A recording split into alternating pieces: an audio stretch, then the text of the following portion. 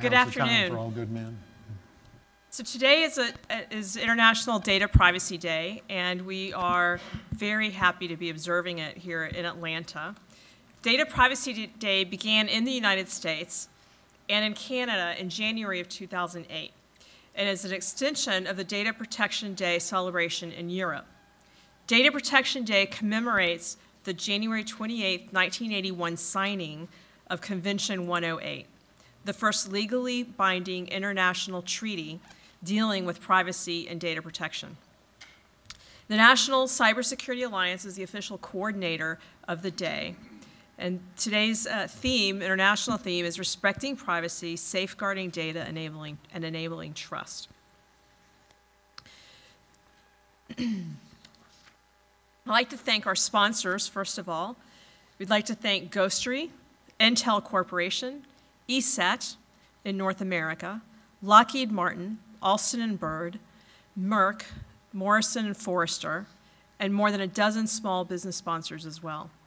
In addition, Georgia Tech's Scheller College of Business and Georgia Tech School of Interactive Computing are thrilled to be co-hosting Data Privacy Day with the NCSA.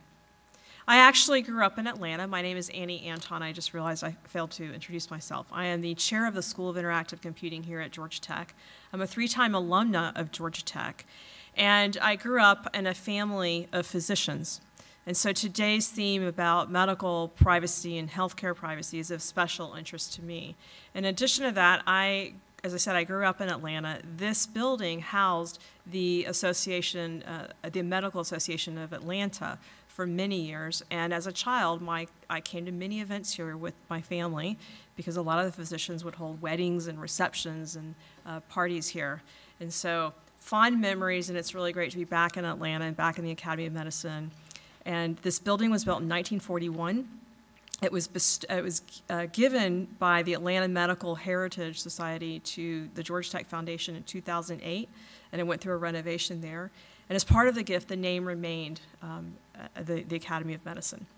And the property is on the National Register of Historic Places. And I'll just mention that for those of you who are here, the chandelier in the rotunda was the chandelier in the movie Gone with the Wind. So now the remote is gone with the wind as well. Couldn't have planned that one any better. So take a moment to look at that as you go back. But I think the whole convergence of Atlanta and technology, Georgia Tech and the Academy of Medicine is just a perfect location for today's theme here in Atlanta, which is health privacy in a fully connected world.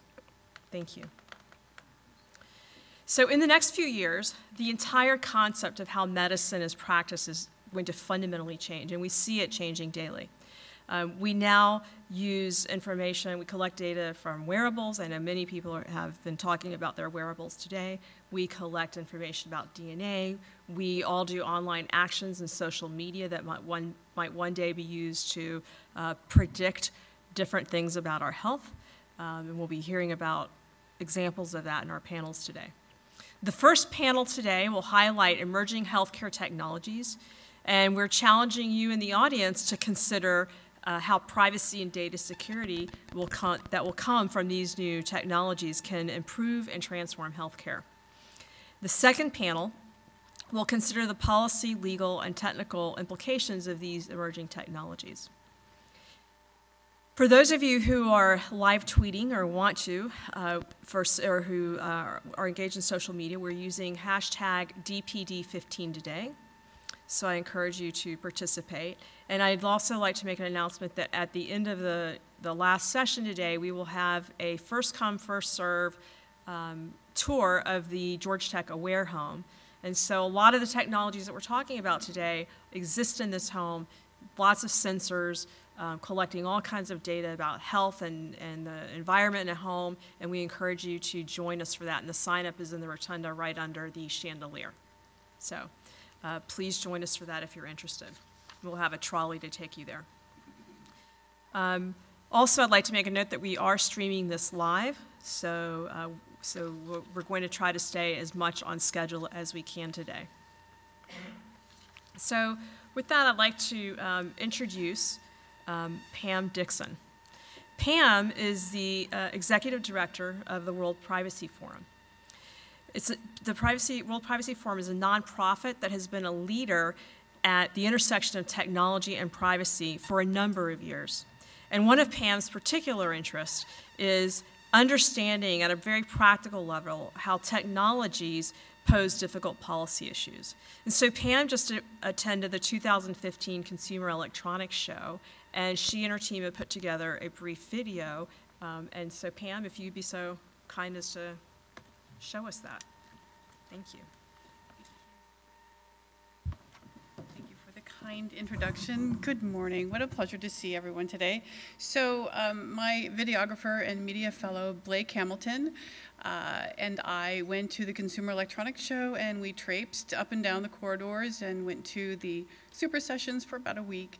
And we talked to a lot of vendors, saw a lot of technology, and basically what you'll see today is our highlight reel.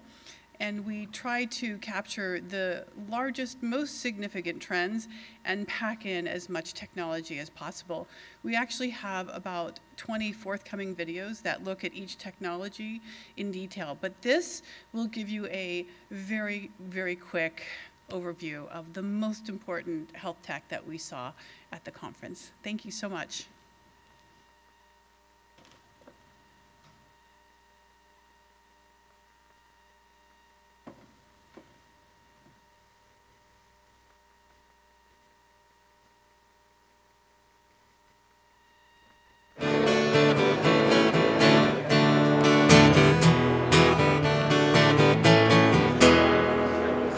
I'm Dixon, Executive Director of the World Privacy Forum. We are here at CES.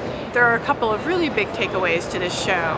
There is a blurring of the lines between consumer electronic devices for fitness and what used to be available just for very high-level clinical trials in hospital-controlled settings. And the other takeaway is there are some really innovative digital health things that are happening, including predictive analytics in health. And that is a major trend. One of the interesting things that I heard was instead of looking for organ donors now, they're looking for data donors, for people to donate their health data. So I'm Sarah Russell Rodriguez. I am the Vice President of Clinical Services for Honeywell Life Care Solutions. And Honeywell Life Care Solutions has traditionally been a remote telemonitoring company where we place monitors inside the home to do patient monitoring for those that needed daily clinical oversight.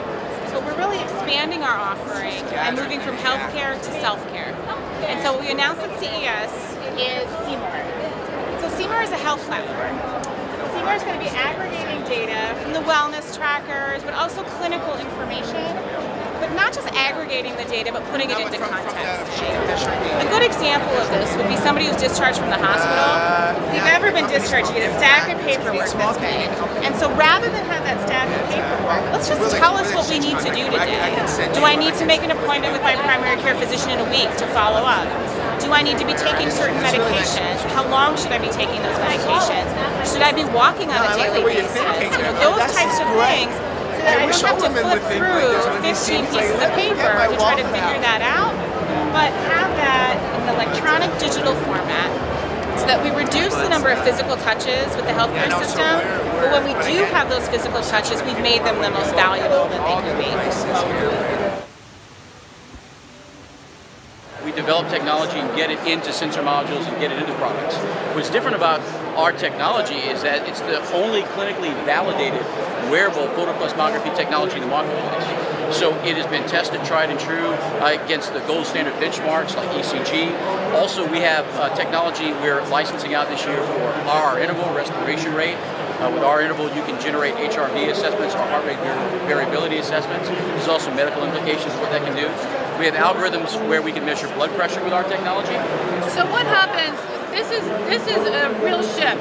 This used to be just housed in clinical, settings. That's right. Now it's really expanded. What does that mean? Well, with all these eyes, as I call it, the big face or big vision of it all, is to help people achieve their health and fitness goals with accurate, actionable, personalized information. But this is much more detailed information than we've ever had at our fingertips before. That's right, it is more detailed. What consumers want is just they want to know, am I doing well or not, and why? What doctors want to know are the details. So you have to have the accuracy to do both. And you have to have the actionability where people can do something with the data. And if it's not personalized, it's not interesting or relevant at all. So this is a telecommuting robot. So anywhere that you're not, the robot can be for you. Whether it be at work, school, manufacturing facility. It's all controlled from an iPad, an iPhone. So clinical physicians are using it. Oftentimes they may have an office 50 miles away, need to do that initial conversation with their patients.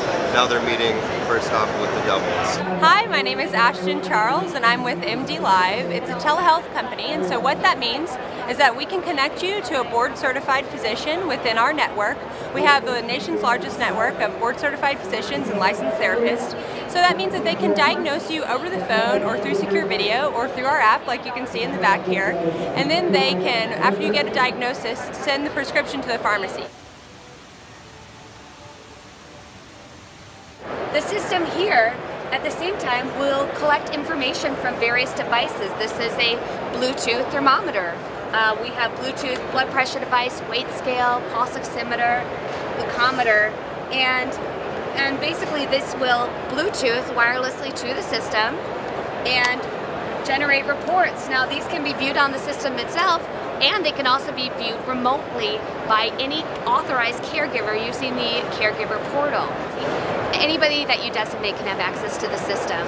They just have to have a username and a password, and you can have different authorization levels. For example, a grandchild may only have access to add communications and link their Facebook profiles with it so that they can have, so grandma can now see all their Facebook pictures, whereas a physician may only want access to, you know, the vitals.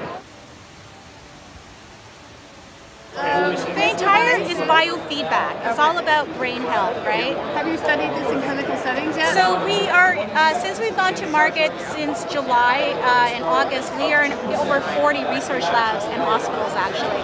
So in terms of, they're doing studies on seeing how this helps people with ADD, ADHD, PTSD. When you first log in and you create the account, you are able to opt into being a part of our research group. So if you want your data to be a part of a research group, you hit yes. But if you don't, you hit no. Your data is your own and it's stored in your device. That's it. How did you come to have 20 million people already using this system? Oh well, we have both a very big online presence as well as a physical storefront health clinics, right? So we typically work with government and also with large enterprise. So in the government front, we have this population health where we promote this concept called healthy cities. So all the citizens will have access to our platform. In the enterprise space, we work with companies that care about the employee wellness, right? Healthy employee, better productivities, everybody's happy. Concept is we record a moment for recording memorable times and share it with friends and family.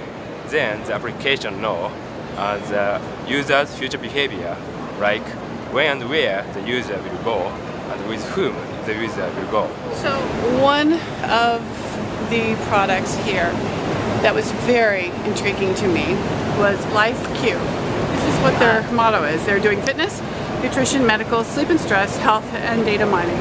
So they make absolutely no bones about the fact that they are doing predictive analytics off of very, very sophisticated data that's being picked up from the human body through optical sensors.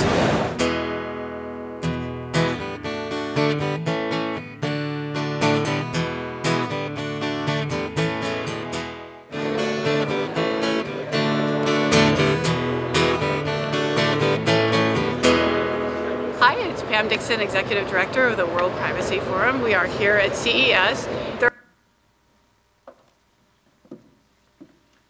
Let's give a round of applause to Pam and her team for that. That was a really great overview of the Consumer Electronics Show this year, and really keyed in on the healthcare technologies and the types of data that are being collected. And it really is a perfect segue into our first panel today. Our first panel was going to be introduced by Jib Hunt, who's the Senior Director of Brand Marketing at Ghostery and our top sponsor for the event today. And so I will, I know I look nothing like him, and I will venture to try to do a good job at introducing this panel. So this panel, which I briefly mentioned earlier, is on the future of healthcare and the game-changing innovations that are taking place in healthcare technology in particular. Our moderator is Dr. Beth Minot. Beth is the Executive Director for the Institute for People and Technology here at Georgia Tech. She's also a professor in the School of Interactive Computing. She's also a Georgia Tech alum.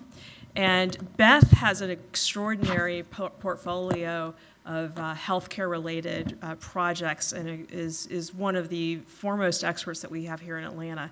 And so it'll be wonderful to have her moderate for us. And so I'll just ask that if folks can start coming up as I call your name, that would be great. Next, we have Professor Mark Bronstein, who's a physician. He's a professor of the practice, and he's the associate director for the Health Systems Institute here at Georgia Tech, and he's also a member of the faculty in the School of Interactive Computing. Next, we have Professor Dr. Munmun DeChowdhury. She's an assistant professor here at Georgia Tech in the School of Interactive Computing, and she's in our social computing group and has done a lot of really interesting work that I'm excited for you to hear about. Next is Dr. Jeremy Maxwell. Jeremy is formerly of Allscripts, electronic health records company, and now he is in the Office of the Chief Privacy Officer for the U.S. Department of Health and Human Services, and we understand he's going to have a real unveiling of some great news for us here today. And then finally, we have Professor Jim Ray here from the Georgia Tech School of Interactive Computing as well, and Jim's done a lot of work with, for instance, the Aware Home that you will get to tour this afternoon as well. So I'd like to thank all of you, and I hand it over to Beth. Thank you. Terrific, thank you, Annie. You have a mic, perfect. I am mic'd, and I think I'm successfully mic'd. So thank you for being here today. Welcome, and thank you to my panelists. What we're going to do in this panel is really pick up, I think, extremely well from the video that you just saw. We want to look at where innovations in healthcare and technology are taking us to unexplored areas within the privacy domain and unexplored within healthcare as well.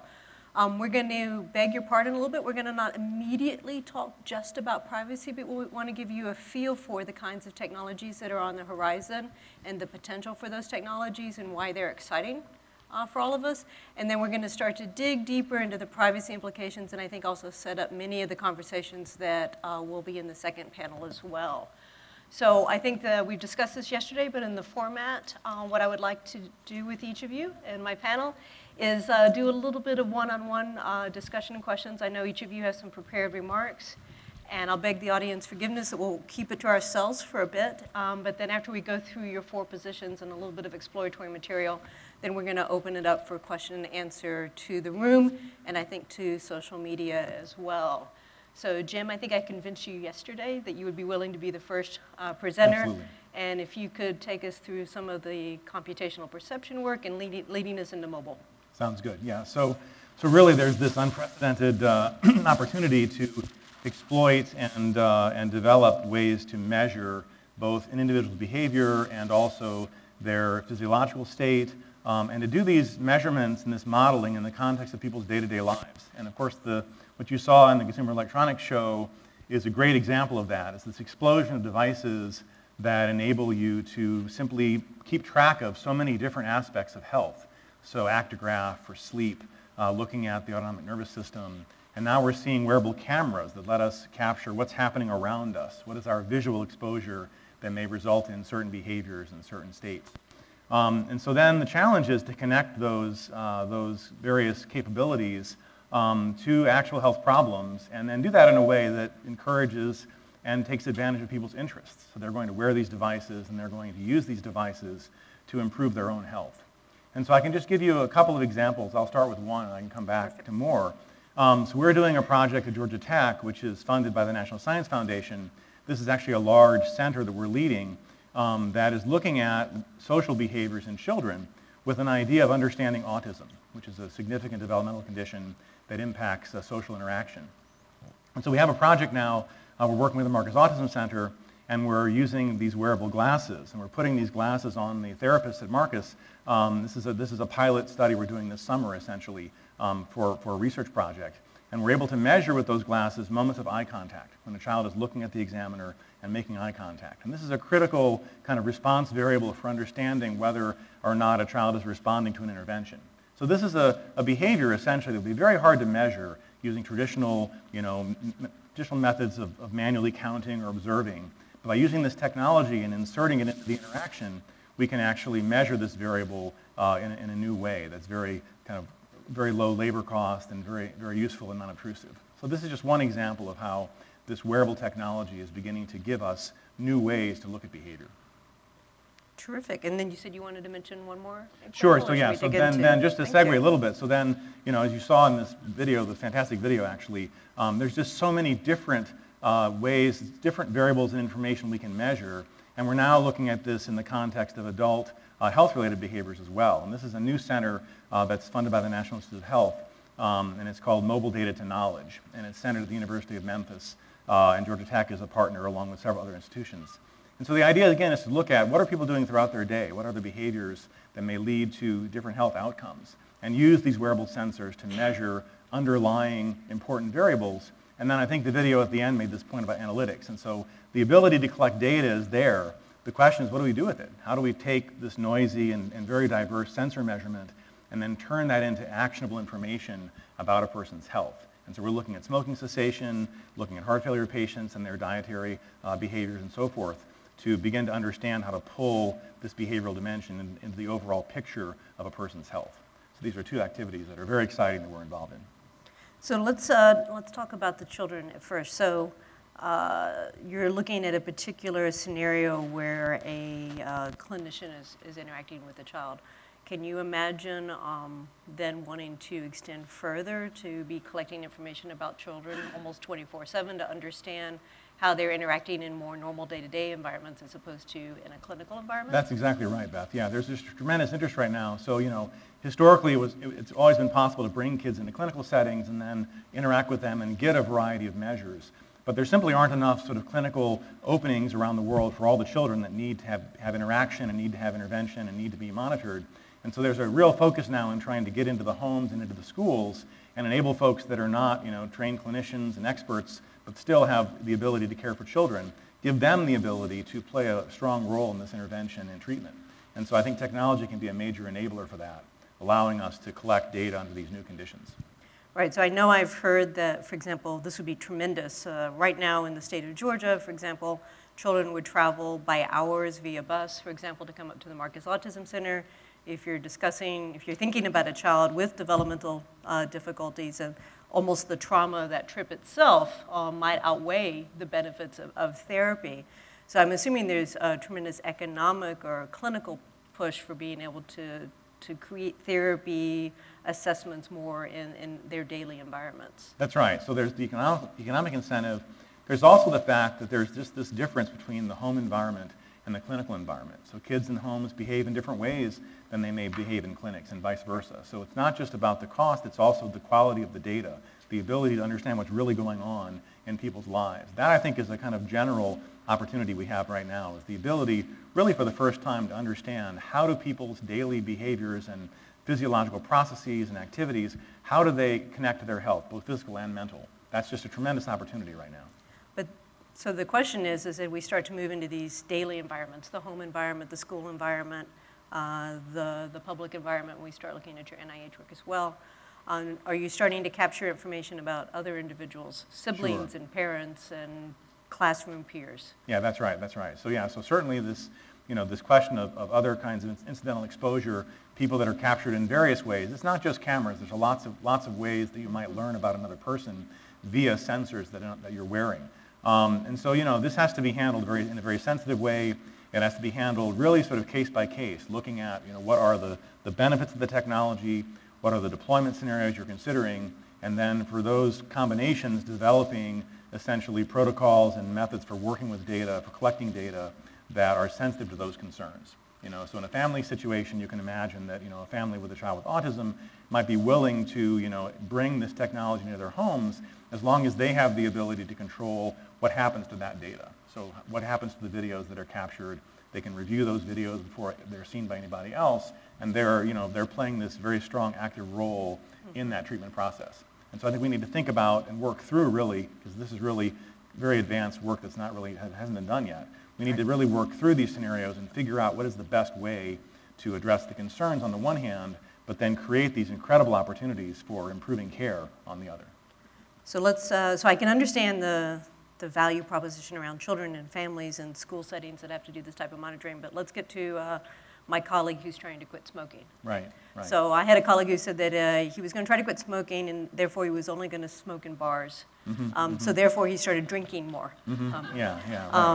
But now there's a whole bunch of people in that bar environment that have no stake or interest in helping my colleague quit smoking. So how do you have these interventions for more generalized adult health goals where you're not going to have these same type of controlled settings even at the level of a family or a school? No, that's absolutely right. That's a huge, interesting opportunity and a challenge. So I think, again, it comes down to really doing the basic science. I think we have to really understand with these new measurement capabilities, how can we understand what's going on in daily life? And really there's just no kind of understanding of that right now based on the existing literature and medical research. So that's a kind of a key goal. And then that has to be coupled to an understanding of how to intervene effectively in these situations. So suppose you know through various sensors and other analytic methods that somebody's risk of a relapse is now exceeded some threshold. Well, what is then the best way to intervene with that individual to try to bring about a maintenance of their abstinence, to prevent a relapse that could lead to the continuation of their smoking behavior. So these are really two parts, understanding on the one hand and then acting on the other. And they need to be developed together. And so in this NIH center that I'm involved in, we have a really nice team, very diverse team with researchers in computer science and engineering, behavioral health, MDs, and we're really working together to build this integrated capability. Terrific. Well, we're going to come back to this, but I want to introduce some other technologies and other possibilities out there. So Munmun, let's talk a little bit about social media. I know when I've discussed your work with other researchers, they're surprised to think about social media as healthcare data. So give us some examples of the things that you've done and you're doing now. So one quick thing, I could use the slides. Oh, even better. That would just help us structure the conversation. Okay. So do we have slides available for? Okay.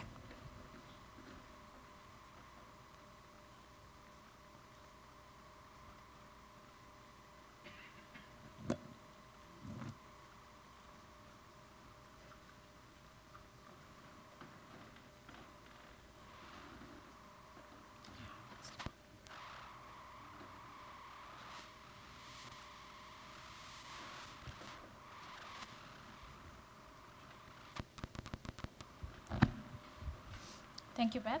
Thanks. And hi, everyone. I'm going to quickly use a few slides to give you an overview of some of the possibilities that exist in using social media as a sensor that can help us think better about better ways to make our health and well-being better. So, we all know that these kind of online social platforms are increasingly becoming a part of our lives, right? So we are using these tools to just seek information about different topics or news events that happen around us, but also to share information with our contacts about small and big things that happen in our lives. And also this provides us with a very rich source of data that we can look at longitudinally to reason about our activities, our behaviors, our emotions, and so forth. So one of the unique things about social media is that it's very ubiquitous. And because it's so ubiquitous, it helps us share information about very little things that happen in our daily lives and also big milestones in our lives. So in a way, for researchers, it is providing us with sort of a lens that we can use to see what kind of changes in behavior or activity we are going through in a very fine-grained and nuanced way. So the question is, beyond just understanding our behavior, which is what a lot of the social media research has been focusing at so far, we began to think that, is there anything we can do by looking at these changes in behavior and reason about our health and well-being states? And what we found with our research so far is that, yes, we can indeed begin to reason about our health and well-being, both at the level of at the individual, so it can impact personal health, and also in terms of impacting large-scale population health. So those are the two scales I'm going to be talking about. I'm going to talk about a few different projects in each scale, but given the kind of event we have today, I'm going to focus more on the first one, which is the individual scale analysis of social media behavior and what insights can it tell us about our well-being. So the particular kind of health behavior I'm going to talk about a lot here are mental health, are related to mental health. And the reason is because social media, like I said, is a very powerful lens to understand the behavioral changes we go through. And as a result, it provides us with a sort of a sensor with which we can study these changes in behavior. Mental health is also one of those health conditions which is very underreported in the population because of various reasons, such as it is considered to be socially stigmatized. And depression, for instance, is responsible for more than 30,000 deaths by suicides that happen every year in the United States. So there is a lot of incentive for us to look for alternative sources of information or alternative sources of data that can help us sort of handle this very important challenge in health and well-being. So the picture is unfortunately not very clear, but the first example of the kind of research that is possible, and I'm going to be talking briefly about it, is related to the kinds of behavioral changes that new mothers go through following the birth of their child. So a lot of those behavioral changes are actually totally expected. So people experience baby blues, but also these kind of changes usually wear out over a period of time. But then there is postpartum depression, which actually starts to manifest after the baby blues go away, and actually they are considered to be a clinically challenging condition. So what we wanted to do actually is to look at the Twitter activity of new mothers and try to see, are there cues in these activities of new mothers that can tell us something about the kinds of changes they might be going through. So there's a lot of charts here, but the short story here, what we found is that with respect to a control cohort, which are a set of people who did not have a childbirth, as far as we can read from Twitter, what we found was that just by looking at Twitter activity, we could actually see very severe changes in behavior that a percentage of the new mothers went through. So what are some of these changes? If you look at that picture, what we found was that for at least 15% of the new mothers whose Twitter activity we were analyzing, we actually showed a decrease in their positive emotion, an increase in their negative emotion, and also lesser intensity of the emotions that they were sharing. We wanted to sort of more carefully examine what do actually these kind of changes in behavior mean, which led us to our next project, in which we tried to see that if we actually have self-reported information of postpartum depression from mothers, can we actually use their social media activity to try and predict their risks to postpartum depression ahead of time? And the short answer is yes, we could.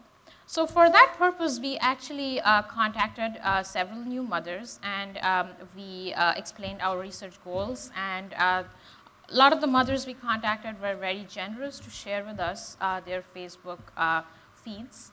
And we were able to look at those Facebook feeds and try to predict if they were likely to have postpartum depression even before the birth of their child. Before I go to the next problem, I wanted to reflect that the possibilities that we can have due to these kind of predictive abilities. So the video that we saw earlier today talks a little bit about the potential of predictive analytics when we have these huge scale of data. And the possibilities are not just related to this unique case of postpartum depression. We have expanded that research to other areas, for instance, eating disorders, which is a huge mental health problem. In fact, it is a mental health problem with the highest mortality rate. We looked at Tumblr, and we were able to look at the activities around sharing of different types of media objects and the kind of activity that happens around those media objects to try and predict the individuals who are more likely to be pro-eating disorder compared to, in contrast to not being so. So, coming back to the potential, we hadn't quite thought about social media to be a source of information that would help us infer or even understand our health and well-being, something that Beth mentioned earlier. But turns out that it could be a very rich source of information, almost like a complementary source of information that could be used to impact our health and well-being. So we believe that these kind of research can actually lead to the development of different kinds of smart interventions or early warning systems which would work on behalf of the individuals themselves and can help them self-reflect and better manage the kinds of health and well-being challenges that they're going through.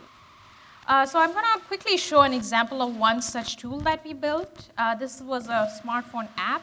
And what it did was that once the person installed the app and authorized to connect their Twitter feeds to that app, it could make inferences about the kinds of emotions the person was experiencing over time and provide them with daily or weekly summaries of their emotional patterns. So as you can see, these could be very effective ways for people to self-reflect on the kinds of emotion they're managing. And in case there is any unexpected pattern in those summaries, then they can either get in touch with an expert, a clinician, or maybe seek help from their social circles. So I would actually pause at that point and talk to Beth. All right, thank you. Thank you, Manman. So I'm going to start with, I know what is the obvious question that you always get, but I suspect folks are thinking about it. So in Jim's system, I probably can't fake out the eye gaze, right? It's just difficult to do that. But I know that there's plenty of things that I think about posting on Facebook, and most of the time, I'm smart enough to not do it. So how do we understand social media posting as a healthcare sensor when there is, at least for most people, a reasonable filtering process about what they put out there? That's a very good question. So gaming social media has been, or gaming big data systems in general is sort of a huge concern that we all recognize. But the power here is really, we look at the deltas, so the changes that people go through instead of looking at the absolute sort of measures of activity or emotion. And that's really what helps us understand and identify those changes at the level of the people. The second way to think about it is combining different kinds of social media data. I mean, of course, it's possible for someone to fake on every possible platform, but imagine if we have multiple kinds of social media channels, as well as we use other kinds of more traditional or alternative ways to measure health. So for instance, the kind of stuff that Jim does. So combine wearable sensing with social media activity, and then you can begin to have a very powerful and hopefully reliable signal about health. Okay. So you're probably, it's less about what I post, but on bad days I'm not posting as much. So you can probably still tell that I'm having a bad day. Right. I'm just not broadcasting. At least I don't think I am, but I really am. So what are some of the implications of the fact that most of this data is public, either purposely public or pretty close to public? In terms of, I think there was, you were quoted in a New York Times article right at the end of the calendar year about people essentially being able to scrape this data. And I think it was very well intentioned, right? So they're going to call a friend if they see that someone is not doing well. But that same data could be led to someone looking to perpetrate fraud, and they're looking for people who would be susceptible. this is really something that we need to think carefully about. So far what we have showed is that there is potential in using social media as a source of data to reason about health and well-being. But I think as much attention, if not more, needs to go into thinking about the way we are going to intervene. So clearly the case with the Samaritans app, the one that you just mentioned, it was, although it was getting consent from people to access their Twitter data, it was sort of broadcasting any changes in their behavior to their network, and people were just not comfortable with that. So it at least gives us a sense of that's probably either not the right way, or probably that's not the right type of social media we are looking at to make those interventions. Getting in touch with social circles is a great idea, and there is actually clinical psychology literature that gives us evidence that this can be an effective way to intervene. But then I think we need to think more carefully, maybe seek information from the individuals about what are the strong ties or people who are really close to that person who they would like to inform in case there is a change in behavior. Twitter is probably not the right place for that. So one more question. I know that there have been articles from a public health perspective that have looked at how obesity is contagious or smoking is contagious, not from a traditional viral or bacterial contagion, but from social influence. So again, we get to kind of maybe another notion of incidental exposure, which is if you can detect something in social media about one individual, is it then reasonable to start making conclusions about their social sphere? So if you're able to look in social media to see concerns about anorexia or bulimia within an adolescent girl on social media, can you then start to take the next step and say, okay, well, who is this person interacting with? And maybe they're exposing less information on social media, but just by the social connectedness, you've now exposed something. That's a great point, and I believe so, yes. So especially for conditions which affect demographics active online, we can begin to identify communities of individuals who are challenged by that condition, and begin to look at the social connectedness and the structure of those communities, and see if there are unique signatures to those communities compared to other communities that we see on social media. And maybe that could be a great way for us to tackle some of the challenges in public health, for instance. It goes beyond eating disorders. For instance, it goes to post-traumatic stress disorders. So that's a problem we are going to look at through an NIH grant, and looking at communities who are going through a crisis for a long period of time or have been exposed to violence, for instance, and trying to see if we can find markers of post-traumatic stress disorder in those communities by looking at their social media. All right, so I think we're already establishing a theme within this panel of the trade-off between privacy concerns perhaps about some of this data, but it's that very data itself which is leading to new intervention possibilities. So being able to find a hub within a network with respect and being able to intervene at that level, we know can be extremely powerful from a public health perspective, but we're gleaning that from data that we haven't done in the past. All right, I know we're going to even aggregate to larger populations, Mark, with your presentation, so let's start to look at aggregate populations as opposed to just individual interventions. All right, and then there's microphones and slides.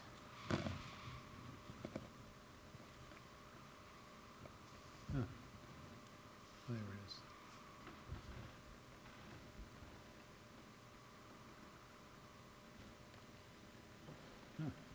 There we go. So, I'm going to sort of take a narrow view of healthcare today, more of the classic doctor-patient relationship, which is still there despite all the fascinating stuff at the CES. We still have doctors. We still have doctors, and we still have a lot of problems with our formal healthcare system. The Institute of Medicine has really been a thought leader in traditional medicine, going back to the very early 90s when they issued a publication calling for electronic records, and there have been a whole series of publications looking at the quality or lack thereof in our healthcare system. They coined the phrase a learning health system, which I think when it was first put out there was sort of nebulous in terms of its reality. But what they meant was a system where data from the care of actual patients would be fed back in aggregate in order to improve medical knowledge and improve medical care. And normally when I don't know, well, because of Jeffrey following me, normally I talk about the problems and then the opportunities. I'm turning my talk around today. I'll start with the opportunities and then with the problems because it segues nicely into the next talk. Oops.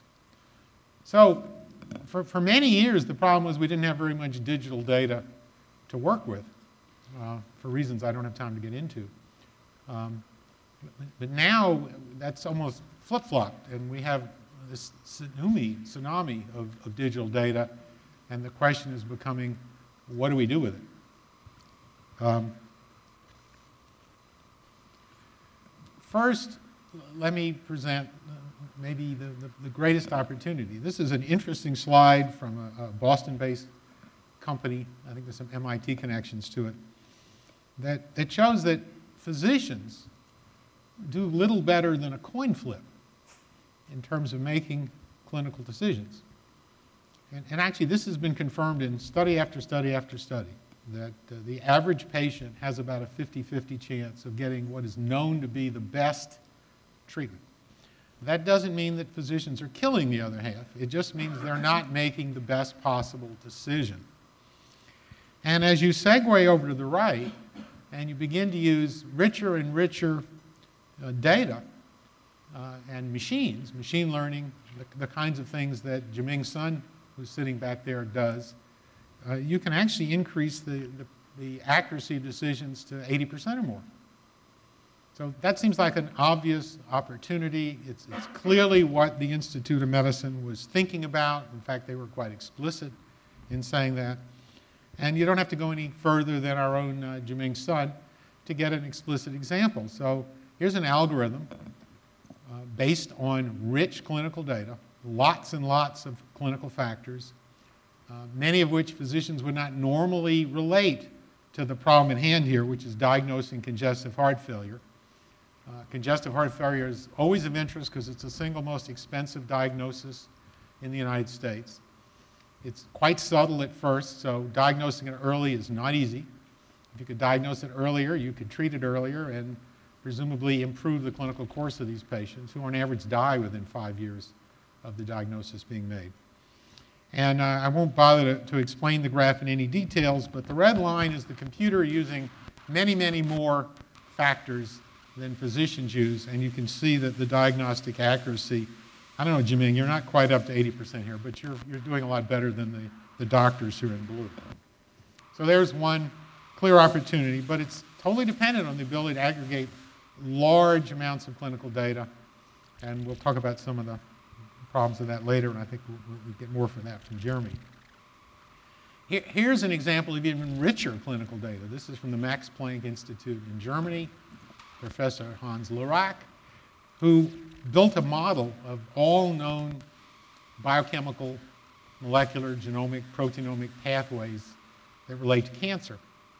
And you feed this model rich clinical data about the patient, including genomic data, which is still not routinely a part of medical records, although increasingly a part for cancer patients. And you feed it genomic data about the cancer, and this model is actually able to predict whether a specific mechanistic cancer drug, not chemotherapy, which is a general metabolic poison, these are drugs aimed at specific metabolic pathways, it's able to predict whether a drug will work in a specific patient.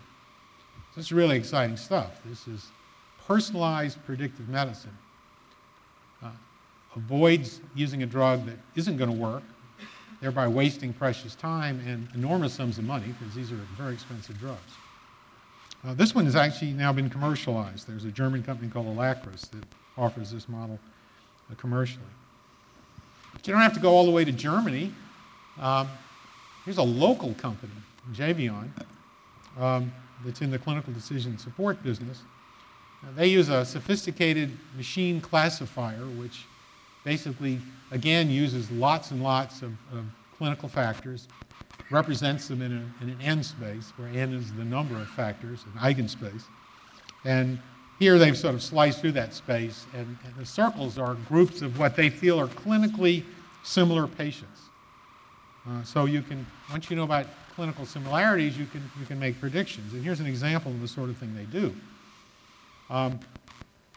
Hospitals are very interested in preventing readmissions because Medicare will no longer pay for readmissions. If you're discharged from a hospital and you're a Medicare patient and you come back within 30 days for the same problem, that second hospitalization is on the hospital, not on Medicare. So hospitals are very interested in identifying patients who are at risk for factors that might lead to readmissions. This one is venous thrombosis, developing clots in your legs, which can become pulmonary emboli and strokes and all sorts of bad things.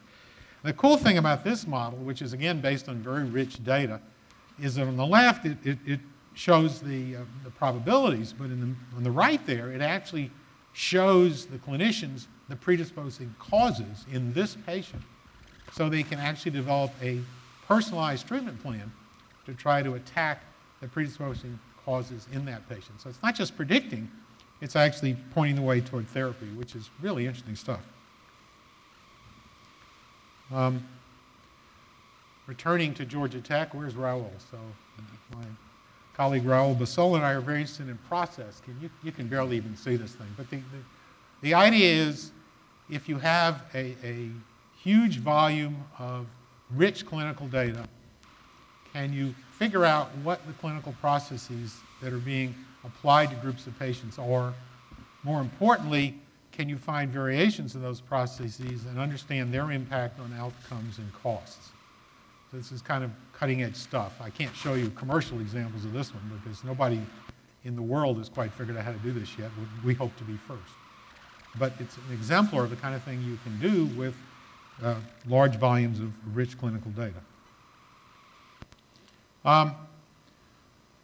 So I'm going to move on, but before I do, I want to emphasize, as the prior two speakers have, that increasingly it isn't just data from electronic records that people are utilizing. Data is coming from lots of non-traditional sources. You've already heard about them: the patient, sensors and devices out of the environment, social media, but there is one that I didn't think anybody else would talk about, which is environmental data. And this is a slide from Duke University, where Duke and UNC, in their clinical data repository, where they have the rich clinical data about virtually the whole population of the two counties surrounding those two universities, they've added 10,000 rows of geocoded data, carefully matched to the patient's address, so they can actually look at the impact of things like whether the patient lives near a grocery store or near a major expressway or zillions of 10,000 other geocodable factors, and do analyses. For example, they've shown, this one's pretty obvious, but that kids with asthma who live near a major highway don't do as well as kids with asthma who don't live near a major highway. So pollutants do matter. So this is just another example of reaching out to non-traditional data sources. So those are the opportunities. I've got lots of others in my slide deck. I just picked a few good ones for this short presentation. But there are challenges, and actually I've started using the term the triple challenge. If those in healthcare know about the triple aim, which is the goal of all this stuff, so I've sort of stolen that and talked about the triple challenge. Well, historically the challenge was adoption. Almost no doctors and hospitals used clinically meaningful electronic health record systems. Today we're above 90% adoption in hospitals, above 70% with physicians. There are all kinds of problems with those systems, but they're being used. And that's all due to the federal high-tech program, which started in 2008. That led to the highly predictable second challenge, which is interoperability. These systems don't talk to each other. I believe Jeffrey is going to tell us the government's going to solve that problem. I really think this problem is going to be largely solved this year, or certainly by next year. But at the rate that things are moving, it could be substantially solved this year. So we won't worry about that one. And that leaves the last one, which I didn't make up because of today's topic. It is my standard spiel, which is security and privacy. Why is that a challenge? Well, let me use an exemplar, this baby. Why would that be a good exemplar of the challenge? Well, to understand that, you need to look at an article in the New York Times back in August of last year. Historically, physicians who deliver babies and hospitals who deliver babies get pictures of babies from parents and post them on the wall. They've had to stop doing that because it's been deemed that that's a violation of HIPAA. They can only put the pictures up if the parents who sent them the pictures specifically gave permission to post them on the wall. Actually, there's another picture in the New York Times of this guy showing the art from high school students they've now put up on the wall to replace the baby picture. You notice he doesn't even allow the baby's pictures to be shown in the photo because it would be a violation of HIPAA.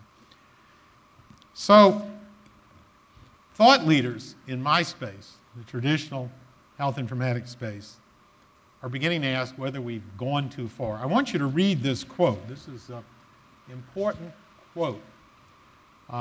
It's both important in terms of what it says. I'm not going to read it to you. You guys can all read, I presume. I don't, maybe you can't, it's not clear enough. But who said it? And the guy who said it is Don Detmer, who's the guy who was behind that 1991 Institute of Medicine publication that called for electronic medical records in the first place. Don is at Charlottesville and a longtime friend of mine. He's not the only person asking this question. I was at the geocoding seminar in Duke where I learned about their work, and their top physician informatics person, a surgeon, is asking the same question. Have we gone too far? Have we made it so difficult to get to clinical data that we're actually depriving society and the very patients from whom we'd like to get that data the benefits that would accrue if it were not quite so difficult to get to that data? Actually, it turns out that the same technologies, the analytic technologies I've been talking about, might actually help somewhat with this problem. If you talk to patients about their concerns about privacy and security, they're just worried about whether their data will be misused. The classic technique for trying to prevent that is de-identification of the data, and there are two approved methods for de-identifying the data. One is to remove 18 specific fields from the data. The problem is things have gotten, computing has gotten sophisticated enough you can probably re-identify a lot of that data. So this is actually an analytics-driven tool developed at the University of Chicago that uses machine learning and advanced analytics to assist a human expert with the other method, which is expert de-identification. And it allows the expert to draw a balance between the utility of the data for a specific proposed purpose and the risk of re-identification. So maybe we can get better at being dynamic about this and coming up with sensible approaches. The other one is an interesting thing if you're an health informatics geek like me, and that's the data segmentation problem. You want patients to give permission for the use of their data, but generally patients don't want to give permission to use all of it. If they want to join a clinical trial for, say, prostate cancer, then what they'd really like people to say is, you can use the data that's relevant to my prostate cancer, but you can't use my other data, which you don't need to get to anyway. The problem is, how do you do that? So this is at the University of Illinois, Carl Gunter, one of the Sharp grants, who's again using machine learning and analytics to understand, it's a busy graph, but what he's doing is understanding the clinical relationships that are inherent in lots and lots of patient records. So he can figure out what is related to what, because that's not explicit in hardly any medical records explicitly say this drug was prescribed for this problem or this lab test was ordered for that problem, and so forth and so on. So he's figuring it out using analytics and machine learning. And those kind of approaches together might actually help with this problem of making patients more comfortable with the use of their data. Thank you, Mark. So I'm going to take time for one or two questions and then want to move to Jeremy's presentation. So I know in interviews and work that we've done that high school students and college students are aghast and surprised when they find out that employers look at social media data when they're reviewing job applications. Because they think of that as, no, that's not about my job. You're just supposed to look at my resume and my course credentials, but don't pay any attention to what I do on my weekends. Right? So if they're surprised by that, what would be the level of surprise if they are being diagnosed for a clinical condition and they should be eligible for a particular advanced therapy, but Munmun's social media data says the behavioral profile of this person means that their adherence likelihood is low. So therefore, you really shouldn't put them in the best medical care scenario because they're most likely not going to adhere to it. The outcomes are going to be poor. It's going to make the data look bad in terms of the clinical effectiveness of this therapy. So we should put them on what's probably like the lower cost and do our best there. First of all, I congratulate you for a very creative question. Thank you. Let me give a little closer to current reality answer. Today, if you need knee surgery in Canada, if your BMI is, I think 30 is probably the cutoff, they won't do it because the data is clear that patients who are that overweight are going to do very badly after knee surgery. Here in the United States, that's unacceptable thinking. So I don't think we're very far at all down the road of thinking about issues of whether a patient is really a good candidate for a particular treatment or therapy based on that patient and their behavior. It's a road we should go down, in my view. Only about 30% of patients actually comply with what their doctor tells them to do, and half of them are on the wrong treatment, so you can do the math yourself. I don't want to overstate that. They're just not on the best known, most treatment. I can't answer beyond saying it's a very good question for which I don't have much of an answer. All right, we're going to come back to this, but I want to make sure we get to all our presentations. So Jeremy, you're going to tell us about how the federal government is solving all of these issues, but you're certainly going to tell us about the path that we're on, correct? Yes. Thank you. So I thank you for the opportunity to speak today, and is this You, thing on? it's not, you didn't turn it on. I think it has to be turned on.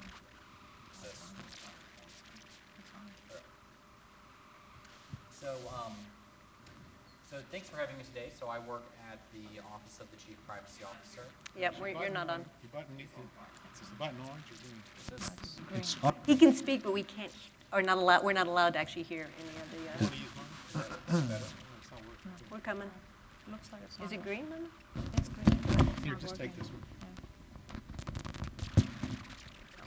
It sounds like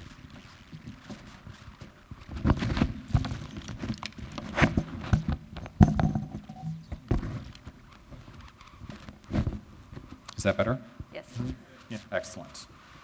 All right, so thanks for having me today. I work in the Office of the Chief Privacy Officer at an organization called ONC inside of the U.S. Department of Health and Human Services. So if you don't know what ONC is, it is the Office of the National Coordinator for Healthcare IT.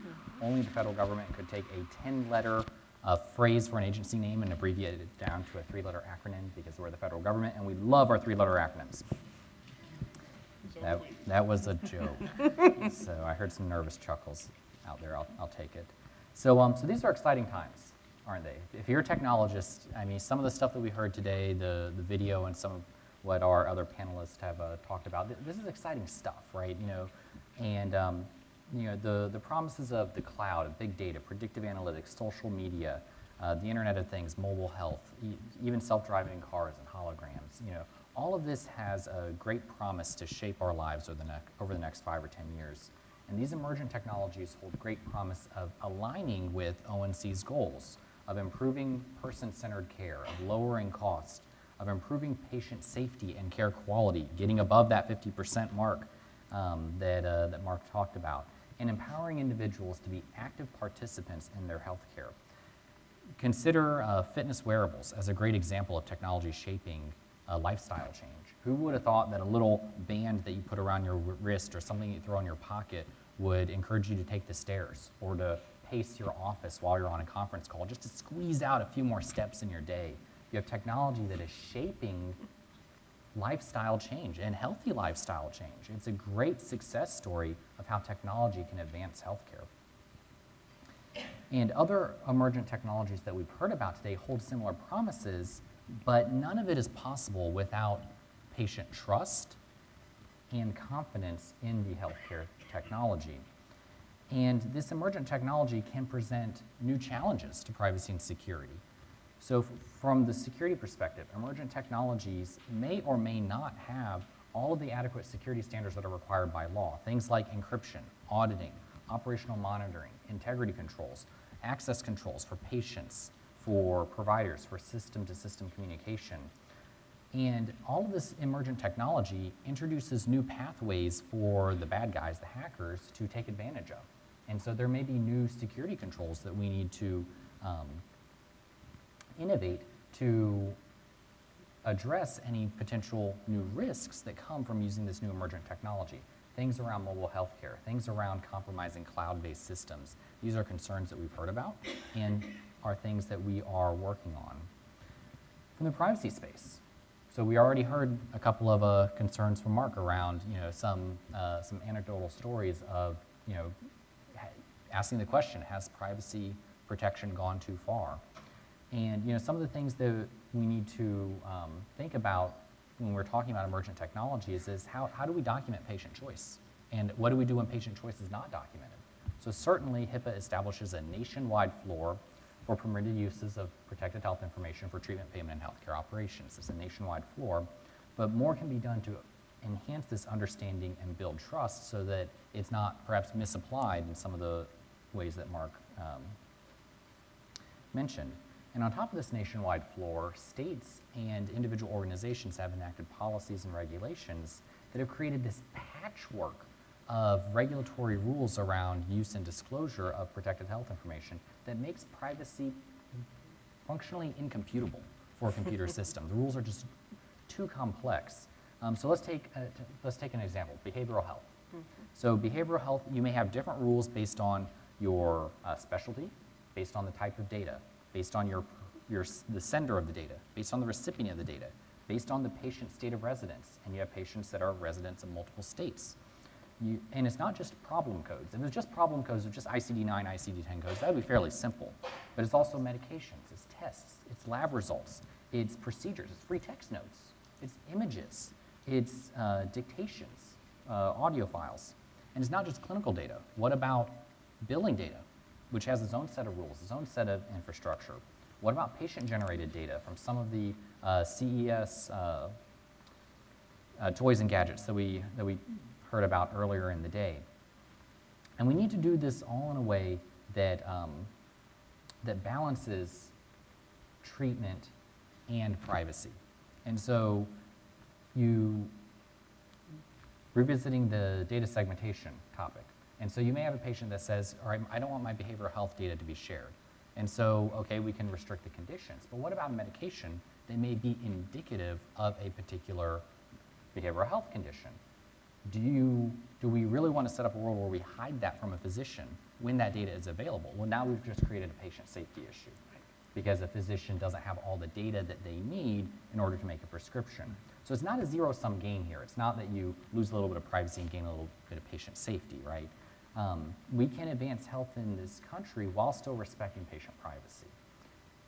And we need to address this problem so that the privacy rules can be unambiguously interpreted across the entire connected healthcare system, across the entire country, so that there's no question whether or not a particular use or disclosure is allowed.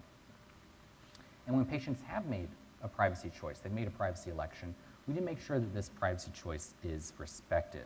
So for example, being able to apply privacy metadata at the right granularity. Do we capture it for segmentation? Do we capture it at the chart level, at the document level, at the individual clinical element level? These things will have implications on how we architect the learning healthcare system. And we need to be able to properly segment the data to honor patient privacy preferences. To tackle these challenges, ONC is releasing an interoperability roadmap. 1 to 2 years is a little optimistic. I don't have that much time left. And so it's a 10-year roadmap. And so it is a roadmap to an interoperable learning healthcare system. It is the fully connected healthcare world that this very conference is about. And this roadmap will be released very soon, potentially by the end of the week maybe. And this roadmap outlines the activities and challenges that ONC, federal partners, industry, academic, and other stakeholders will be taking in order to advance the state of interoperability in healthcare. It addresses privacy and security challenges, things like encouraging state law harmonization, big choice versus granular choice, and authentication authorization standards to ensure proper segmentation and use of the data. And this is going to be a roadmap that's open to public comment. And so I encourage you, be on the lookout for it, and when it releases, we want to hear your feedback. We want to work with you guys on advancing the state of interoperability in the healthcare system. I look forward to discussing these topics with you today, and I look forward to your feedback on the roadmap when we release it. Terrific, thank you. So let me ask a terribly naive question. What is the definition of healthcare data if it can be, if conceivably healthcare decisions can be based on social media activity, mobile activity, activity in my home, consumer activity on my credit cards? Is it only healthcare data when it becomes used by a healthcare practitioner, but the rest of the time it's just data? So if that's the case, so you're nodding your head, okay. So I am not a lawyer, but I will do my best impression to give you a lawyer answer. You're wearing a suit and a tie. Yeah, I don't even get to play one on TV. It's very sad. So under HIPAA, protected health information is strictly defined. And so you have the 18 data elements that define what is identifiable information, and when it's used by certain organizations, healthcare plans, providers, that qualifies it as protected health information, and it falls, that organization is now called a covered entity, and that falls under the HIPAA regulated umbrella, right? And so that was great in 96 when the HIPAA statute first came out, or 2003 when HIPAA, the privacy and security rule, first became enforceable, when you didn't have this Internet of Things, when you didn't have social media. I mean, Facebook came out in what, 2004, right? When you didn't have, mobile healthcare data like we have today. And so I think that you have some, from a purely regulated space, OCR has authority to enforce HIPAA for covered entities and business associates as defined by the HIPAA regulation. But then you have this other space outside of that that is regulated by the FTC, some of it's regulated by the FDA. And so you have this, again, going back to the patchwork, right? Mm-hmm. And so I think that as we innovate these new ways of collecting data, these new ways of using technology to influence health and to influence lifestyle changes, there will be, there's going to have to be some harmonization, among the federal regulatory agencies and among the state privacy laws, so that it's, again, it has to be unambiguous, because right now it's not very clear, and that's something that we need to work on. Because it seems to me, and I'll jump over to Mark, and then I want to open this up to the audience as well, that we're on the edge of a slippery slope where we're actually moving towards healthcare practitioners conceivably seem to have less and less access to the information that could be more and more useful in the kinds of decision making that they want to do. And I don't know if regulatory frameworks such as anti-discrimination laws are actually relevant here, right? So there's data that you're not allowed to use when deciding whether to lease an apartment to someone, right? So my hypothetical to Mark, right, that my physician should not be allowed to use the fact that I'm flaky on social media to decide that I'm not worthy of a particular treatment. Do we need to start to move towards regulatory frameworks that are more about guiding how to use all this data and less about keeping it out of the system? Well, there is a view that's been around for a long time, but has only been technologically implementable recently. It is the patient's data. And HIPAA does not apply to patients. Patients can take their medical records and paste them on a billboard on I-85 if they want. And interesting things are happening. If you're interested in this, go visit a website called Human API, which allows patients to upload data from all these cool devices you saw at CES and give whoever they want permission to access them via web services, and they get a nice JSON object. I just met this morning with people from the state of Kansas, which I'm embarrassed to say I didn't realize had an amazingly advanced health information exchange. They automatically create a personal health record for everybody in the state of Kansas, and they automatically populate it with all their health data. There's only one step from that, patients just letting whoever they want to let use it if you could figure out the segmentation problem, which I think Carl's got a good By the way, Carl's system will find the drug interaction for the drug you didn't want. And it'll tell the doctor there is one. It just won't tell the doctor what that hidden drug is. So there are always ways. So it may well be that the ultimate solution is to get the data out of the healthcare system, outside of HIPAA, and let patients decide what to do with them. One more question to the panel, and then I don't know our technology or how we're going to handle questions from the audience, but I'm going to let someone out there. Okay, there is someone with a mic. Okay, so if you're interested in asking a question, just raise your hand, and I think the mic will find you. Is the way the system will work. So my other understanding about data protection and privacy in healthcare is that it's at the atomic level, so it's around individual pieces of data.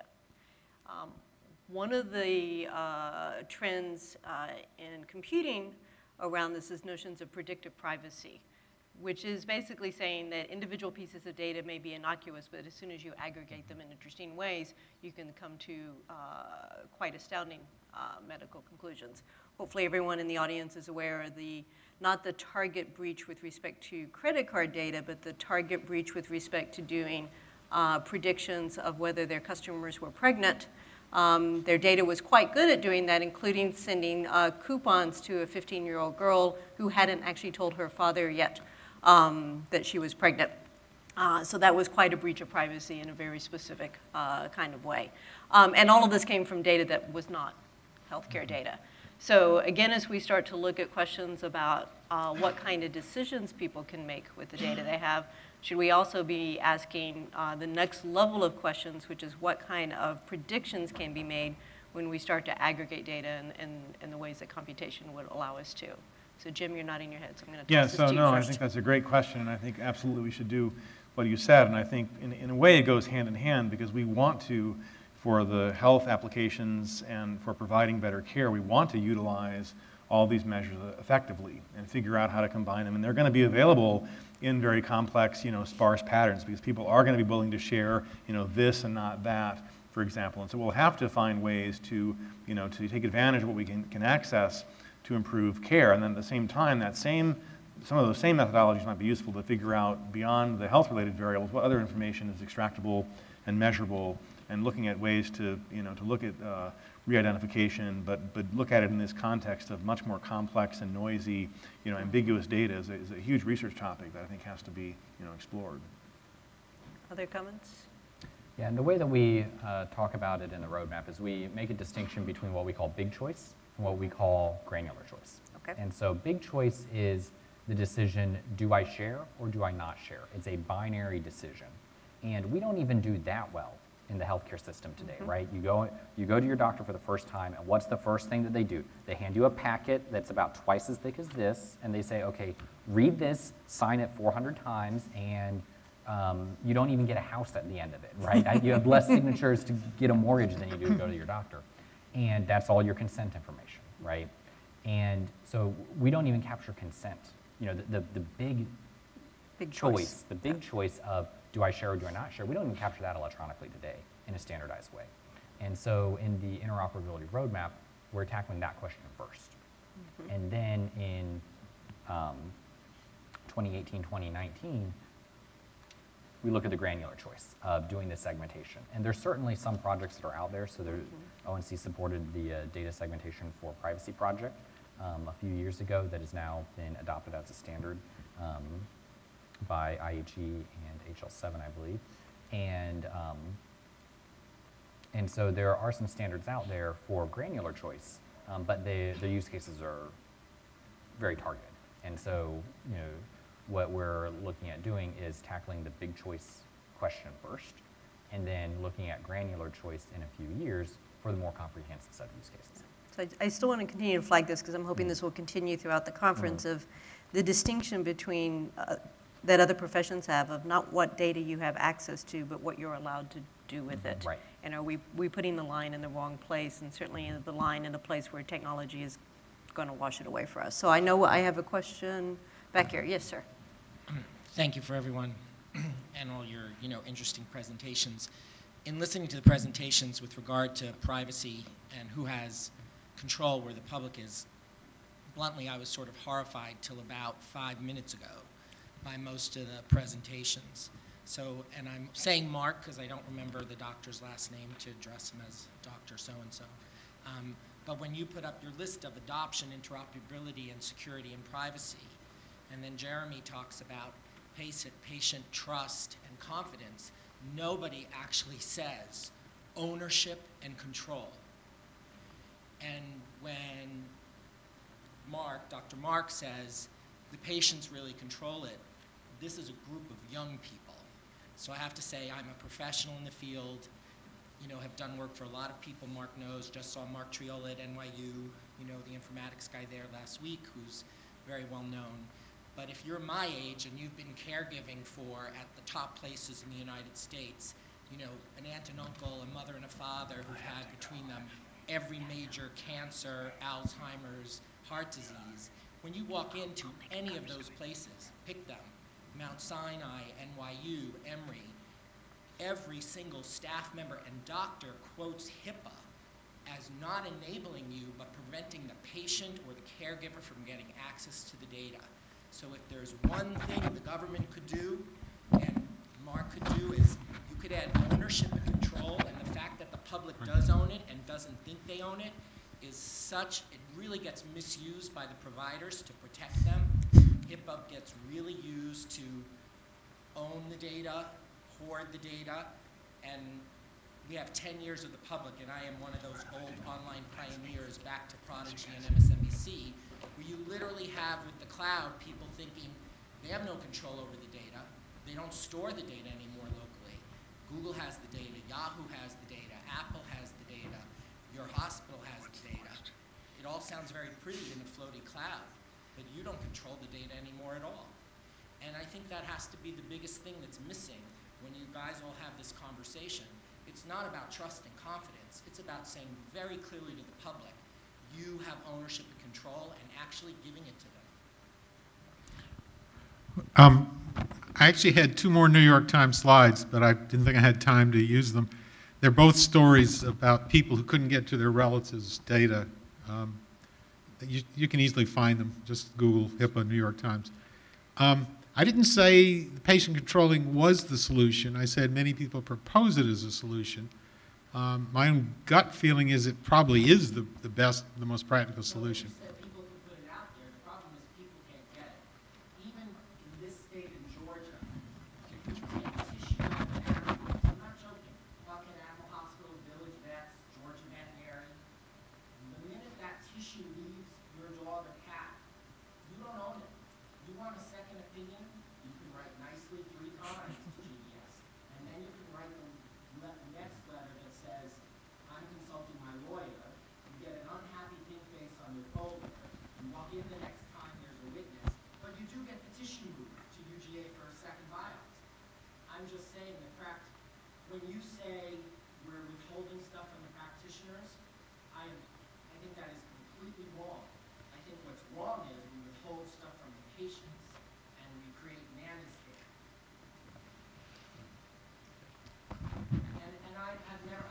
Yep. Anything up there, even when Dr. Mark had his thing and saying adoption, interoperability, security, and privacy. I wrote afterwards, question mark, where's ownership, control, and access?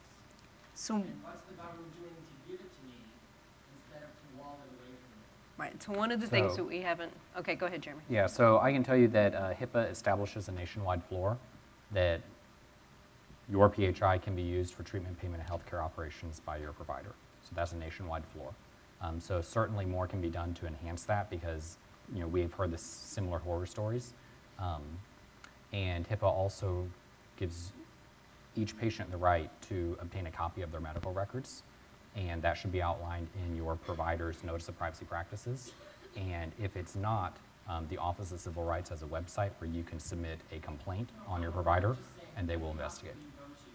Anyone here who has their mother or father and walks out with a mammo, an x-ray of their brain, whatever it is for an actually critical disease or an annual exam, whether they or you as their proxy, if they're elderly and they ask you to go with them, say, I want a copy of that diagnostic. The hostility you get by making that request and the time delay and the fee, it is all set up to gatekeep you from the data. And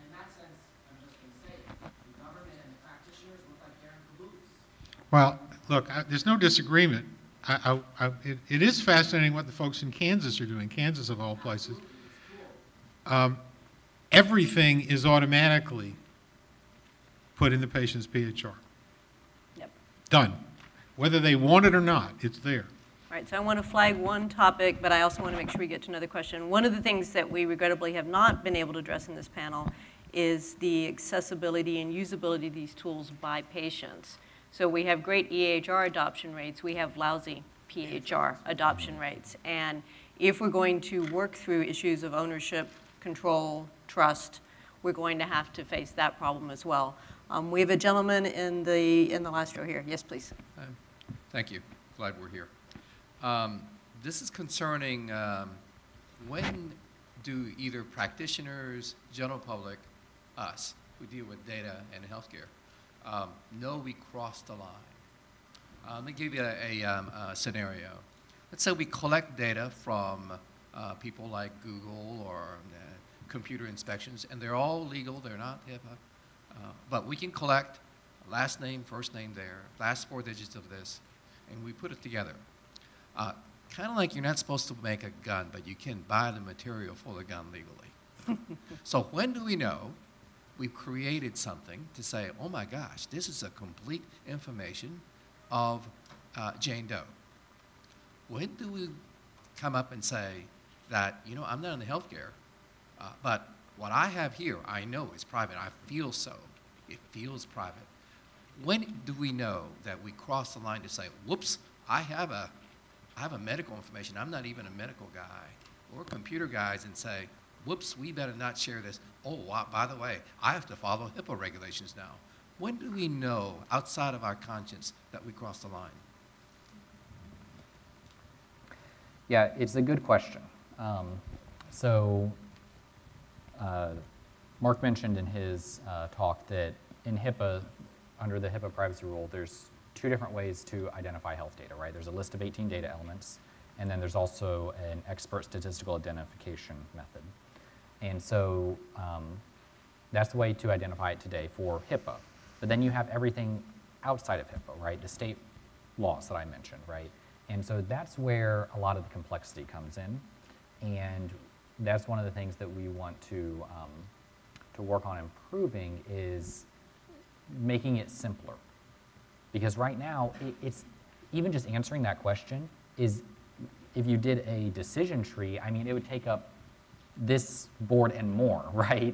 You know, and we can't have it that complex. It inhibits innovation. It inhibits small, you know, business owners and entrepreneurs from, you know, getting into this space. It creates a very high barrier of entry. And so that's where, you know, we need to work on creating the, you know, so that the use and disclosure rules and what even is healthcare data is unambiguous across the entire healthcare system, so that it can be easily captured and computable. So it's kind of like we can make a gun, but you have to, it's what you do with a gun, in this case, an early death or not. Right. Thank you. All right. If we can, am I allowed? I'm looking at the person with the timekeeper. One more. The lady here. Yes, keep raising your hand. Oh, sorry. Okay, the lady with the mic wins. Okay. There's one guy down there. But I can't see him.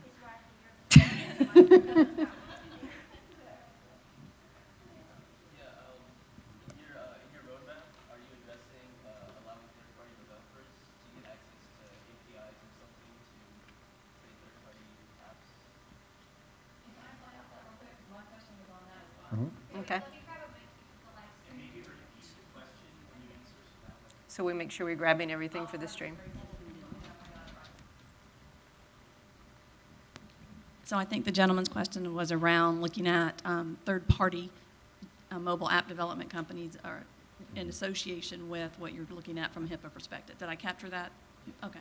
And my question was to piggyback on that, which is on that definition, how do you now treat them when you're looking at HIPAA and its applicability beyond what you're looking at in the standard business agreement scenarios and the service providers in the existing ecosystem? Because you're with Fitbit, you know, your phone is now in that play. Depending on what platform you use, there's a lot of issues around that piece of it. And I don't think, when you look at the effectiveness of where the average app on Google Play has been, as far as its security perspective, that gives me a warm, fuzzy feeling in terms of the amount of security. So I'd be interested to hear how the panel, and you specifically, Jeremy, would think about how that definition would apply in this type of connected world. Right, yeah, and it's definitely something that, that needs to be addressed going forward. So, you know, for example, so in the mobile space outside of HIPAA-regulated entities, you have the FTC and the FDA that kind of tag team regulating that space, and both are either working on or have released prescriptive guidance on security. And so I see you smiling and shaking your head. Yes, yes, very, very general, but you know, you have to start somewhere, right? I say crawl, walk, run. So it's something that we need to be looking at going forward, and ONC is partnering with OCR on providing similar types of prescriptive guidance in the near future for HIPAA-regulated applications. So it is something that we're aware of. We have heard the need, and we are aware of the need.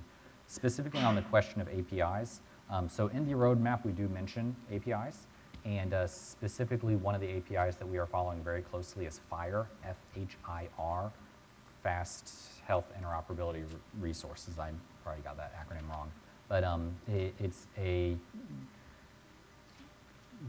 taking some of the new technology, or some of the technologies that work today on the internet, things like JSON, things like RESTful interfaces, and bringing that into healthcare. And so, you know, if you want to send messages today in healthcare, you have to use a really old HL7 standard that, you know, you need special parsers to do and things like that. And if you've been in the healthcare space for a while, you already have all that built, but for a lot of the new applications like mobile, it's an ill fit. And so FHIR addresses some of those concerns by taking some of the tools that developers are already using today and bringing them into the healthcare space. So I'd recommend that's something that you keep an eye on. Right, now I've been told that we're about to be yanked off the stage. So when the audience starts to take complete control, it's time to reassert. I want to thank my panelists very much. It was not the questions that scared Jim away. He has to teach class right now. So he's fulfilling other obligations to a bunch of undergraduates, and he had to materialize on the other side of campus as quickly as possible.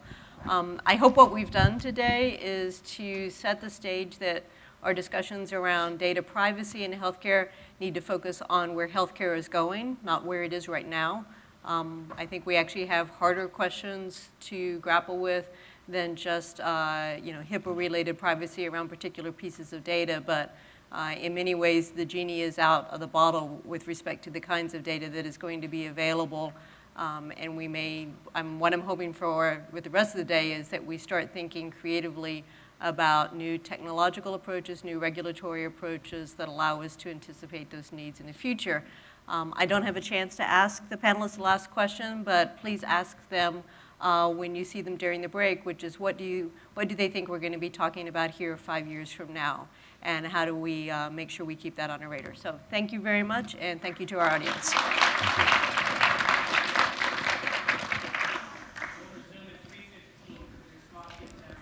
Some of us will be just happy to be here in 5 years. All right.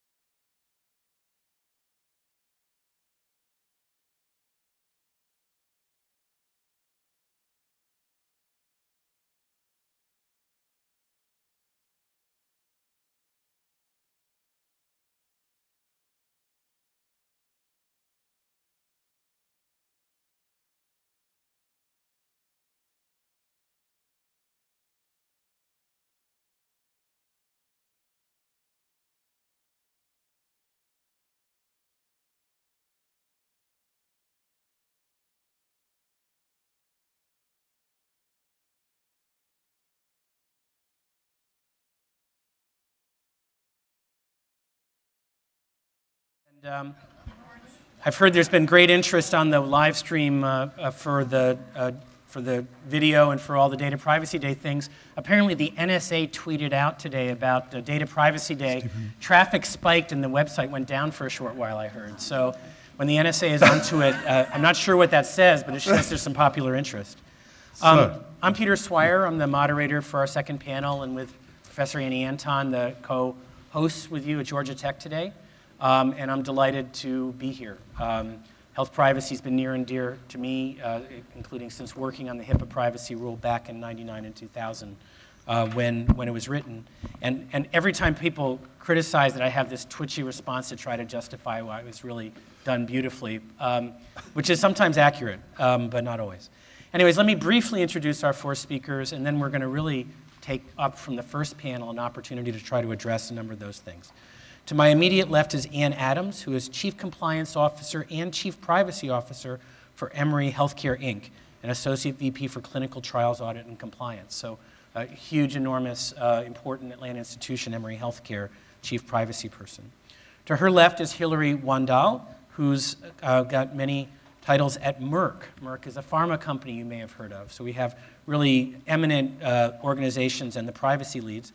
Hilary is the Associate Vice President for Compliance and Chief Privacy Officer for Merck & Company, among her other activities in privacy organizations. Next down the line, we have Stephen Cobb, who's a Senior Security Researcher at ESET North America. Much of our talk today has been about privacy. Stephen's going to make us very, very scared about security. That's his assigned job today. There may be bad guys in the world. If they exist, they may have ways to attack the healthcare system. As we're building our data governance, how does that work? And then to his left is our filmmaker extraordinaire today, Ms. Pam Dixon from the World Privacy Forum. And thanks to Pam, I think we all got a great start to this of seeing, oh my gosh, look at what's coming down the path here at us. And all we have to do is govern all that data well and have trust in everything, and life will be just fine. So that about some stuff. So we're going to start with a few minutes first from Ann Adams. And how, after seeing all this, how is Emory Healthcare, your perspective from there, how do we think about this? Well, I'm just amazed at all the technologies that's out there and what we can do with it, and the potential for that technology to impact the healthcare of our patients in a positive way from a quality standpoint. I think of privacy and security really as a quality component of taking care of our patients, and we want to make sure that things are secure, because if it's not secure, it's not private. And so there is that inner connection that I have with my counterpart in security. If only there could be a cure for old age eyesight. That's what I'm waiting on. And one of the things that we want to do is we're expanding this use of data. One of the things that we have at Emory and we're working on is a health information exchange. And it started out one way, and it has really exploded. We're getting data in, and one of the things I was actually discussing yesterday is now we have the ability to take that data, analyze it, and push it back out to the individual physician so that that physician can look and see, is the patient that is being cared for diabetes getting the correct nutrition? Have they had the correct blood test in the specific amount of time that best practices state that needs to happen?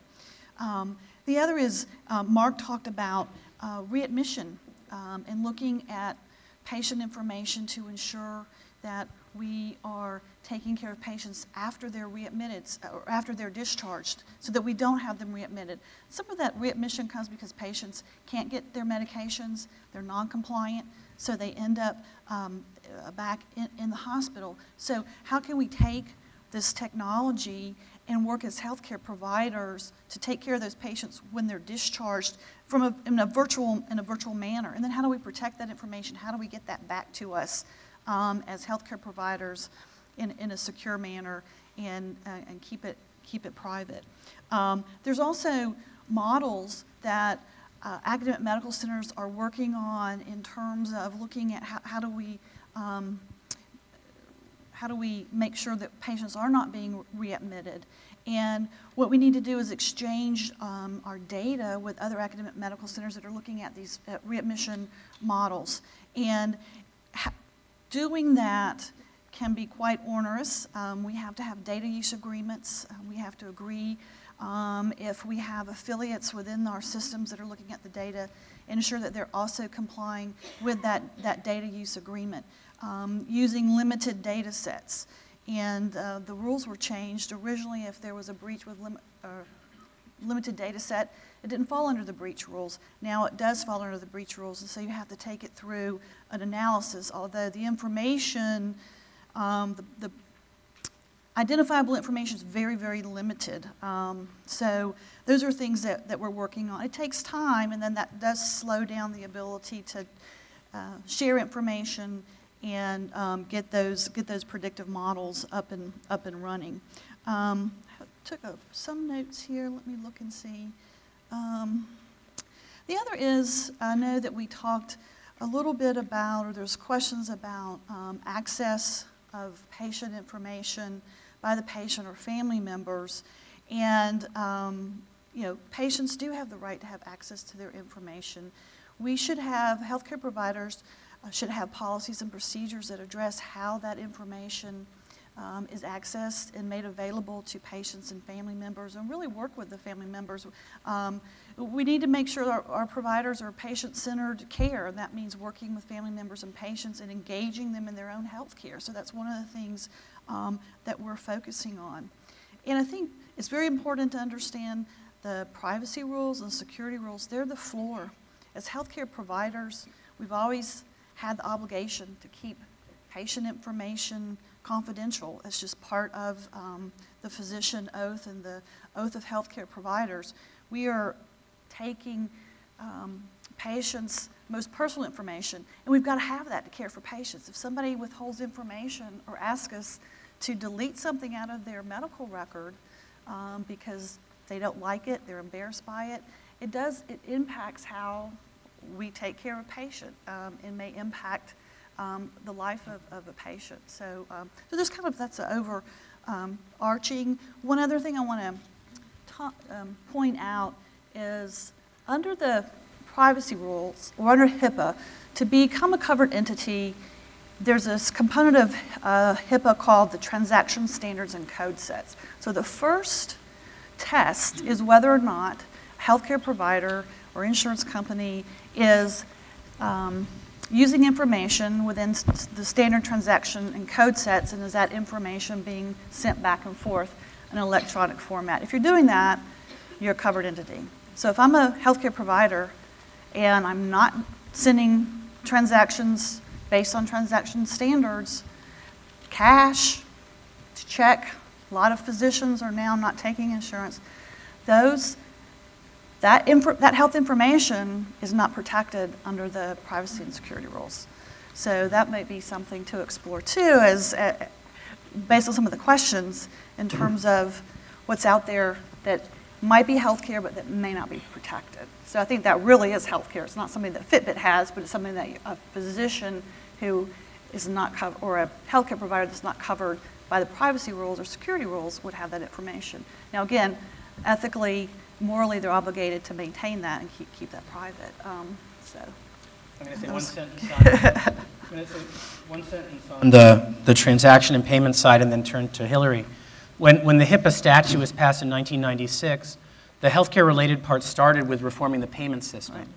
And so if you were part of the payment system for Medicare or the other insurance company payment systems, we were reforming the payment system, and then somebody said, that's all electronic, there might be privacy and security issues. And the privacy and security issues came down the road after that. So it was the accident of how the statute started as a payment statute that led to this weird definition of what counts as HIPAA. And that's basically stayed in place with one big exception. So now if you do a contract with Emory called a business associate, now you're part of HIPAA too and part of the 2009 amendments. But that's the universe of HIPAA, and all the rest, people who don't play that game, they're not part of HIPAA. So Hillary, we heard the first panel. You're at Merck handling all these different interesting issues. How do you look at facing the challenges here for privacy? So you both gave me a perfect, can you hear me okay?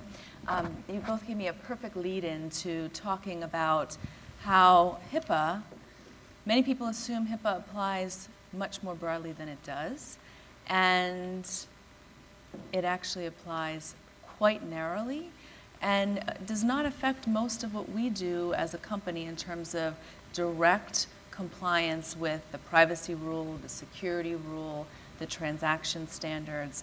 But I'll start with a specific example that relates back to what Anne said. So we're a global pharmaceutical company. We make medicines and vaccines for people and animals. And we conduct clinical research, so we get a lot of patient data. We also have about 70,000 employees worldwide, about whom we need to process data for purposes of employing them, and also for whom we need to provide benefits. So the one primary place that HIPAA does affect us as a company is in the context of, for our US employees, we need to provide healthcare benefits to them. And the health plans, what are called group health plans that we have, are actually HIPAA-covered entities. They're the payors, if you will. We also have, to Anne's point, a number of healthcare clinics here in the US. And they're for our employees so that instead of having to leave work and go to their doctor's office and try to get an appointment and wait in line and miss a lot of work, they actually not only can get treated for occupational related illnesses and injuries, but they can go to our on-site health clinics in many instances to actually get general treatment. They can get vaccinations. But are they a HIPAA-covered entity? So to what Anne said, and this is the complexity and the nuance of all of this that makes it really hard. They don't conduct any of these standard transactions. They don't have to because it's all paid for internally. And so they actually are not a HIPAA-covered entity. So one might ask, what do we do about that? So back in 2002, 2003 timeframe, when we were actually first developing our global privacy program, we looked at these clinics. At the time, we had about 7 of them, both in the continental US here as well as in Puerto Rico. And we said to ourselves, would it make sense for us to take the global standards that we're putting in place for the company, but tailor them specifically for this part of our business to largely meet the HIPAA standards anyway, even though they don't directly apply? Will that enable our healthcare providers to better interact with others in the healthcare ecosystem? And after lots of discussion, as I'm sure you can imagine, we actually concluded that that would be the best way to go about doing it. So we didn't put every single thing in place that a covered entity needs to do, but some of the things we did do that are actually, I think, really important when we talk about what are the proper privacy frameworks, and I'll talk about it more broadly, is we looked at what kind of policies do we have in place? So how do we create accountability within this part of our organization? What kind of policies do we have in place? What mechanisms do we have to actually affect those policies, make sure they're actually working in practice? So we looked at things like, how are we going to provide a notice of privacy practices to our employees? How are we going, even though we didn't have to, how are we going to provide, get appropriate authorization that actually met the HIPAA standards, where that data might need to be released out into the environment and be used by us as an employer? We looked at the appropriate oversight and monitoring mechanisms that we thought we would need to have, what kind of training we need to conduct, and other things, and how we would stand ready to demonstrate, for example, if we were to get a call from HHS inquiring about whether our practices were compliant with HIPAA. So those are things that we decided to do way back in 2003, specific for that part of the business, but reflective of what we were looking to do throughout the rest of the company. So the rest of our company, again, multinational, so HIPAA is just a US set of requirements. We oftentimes run into situations where we're doing a research study in another country and somehow the informed consent form that was drafted for a study in Germany, for example, is referencing HIPAA. And so there's a lot of misunderstanding about where HIPAA applies and where it doesn't apply. In our business, we have to be concerned with all of the other privacy and data protection laws that exist in more than 100 countries and territories around the world. So going back to Germany as an example, they have a very robust privacy and data protection law that's enforced at the federal level and then down into what they call the various Land or the states by different regulatory authorities. It's a very complex ecosystem, much like ours, as Jeremy was mentioning earlier. But we have to look at how do we meet the requirements of that law, and specifically not only the comprehensive requirements that apply to all kinds of data, but specifically the healthcare requirements as well. So when we look at this as a company, we look at, yes, we do research, and yes, we employ people, and yes, we sell medicines, and we get information about our customers where appropriate to make sure that we're modifying the way in which we communicate, that we're looking at other potential avenues for the use of our medicines. We do lots of things to try to better understand how the medicines and vaccines that we currently have on the market might be able to be used to treat other conditions and illnesses as well. In order to do that, we have a lot of data. And we have a lot of data, some of which is affected by HIPAA because it's coming from a hospital. It's affected by HIPAA because it's coming from a healthcare provider. It's potentially affected by HIPAA because we're supporting a healthcare provider or a hospital system, and one of the more innovative things that we might be trying to do in terms of better understanding patient adherence. So in that context, what do?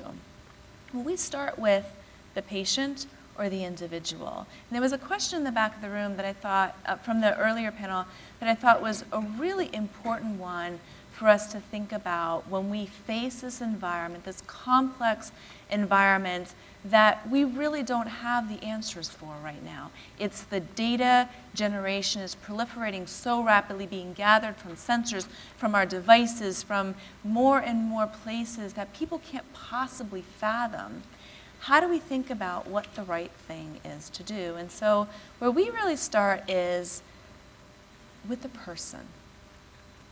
Obviously, and if I look at it from a healthcare perspective, if I'm sick, or if you're sick and you wake up in the morning and you don't feel well, the most important thing that day is how am I going to feel better?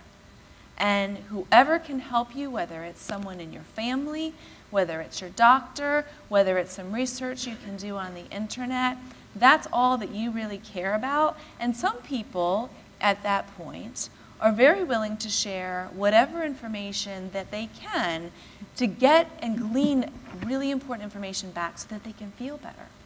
And it's important for us in that context not to take advantage of that person in a vulnerable state. But it's also important to recognize that sometimes when people don't feel well, it's not just because they were on an airplane and they were unfortunately, in the context of lots of other people who have the common cold and are passing it around as they do this time of year, but actually they might have something much more serious. And it could be a very rare condition for which the only information that's relevant to them feeling better is information that might be sitting in another country.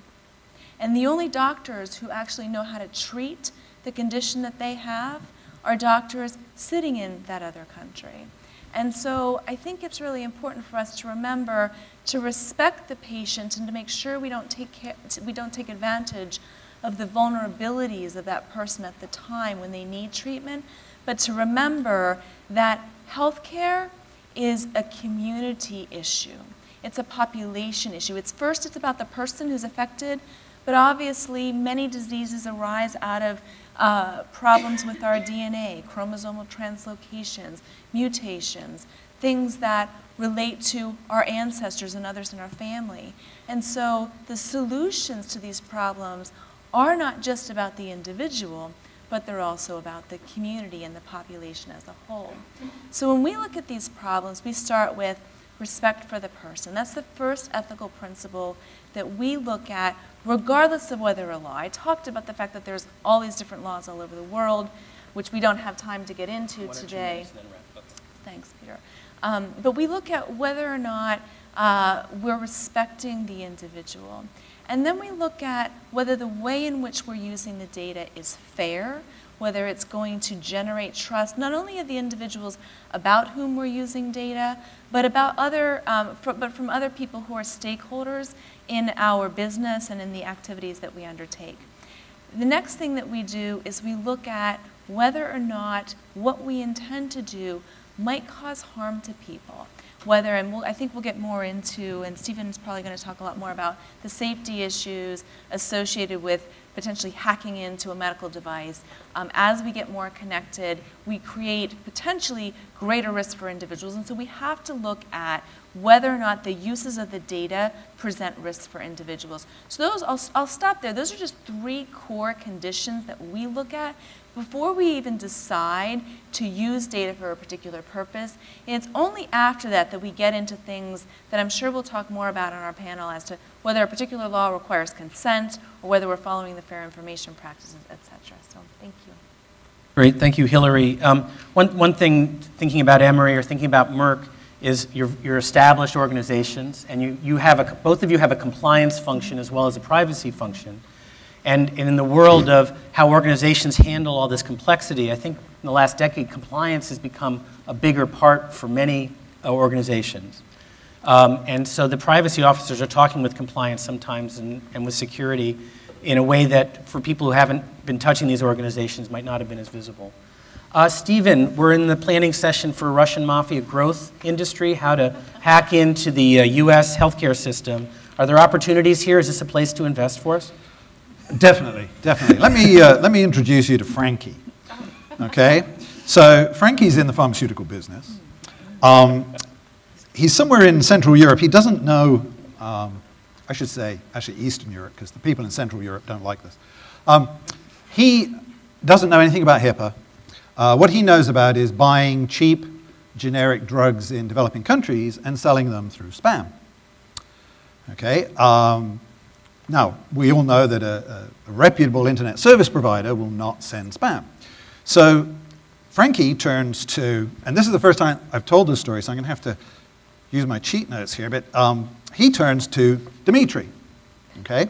Dmitry is an unemployed programmer in Russia. Well, actually, he was a bank, he worked for a bank writing code for them, but they don't pay very well. He found it much more lucrative to write viruses, and he has infected a large number of computers, around 10,000 would be a typical number, to form a botnet.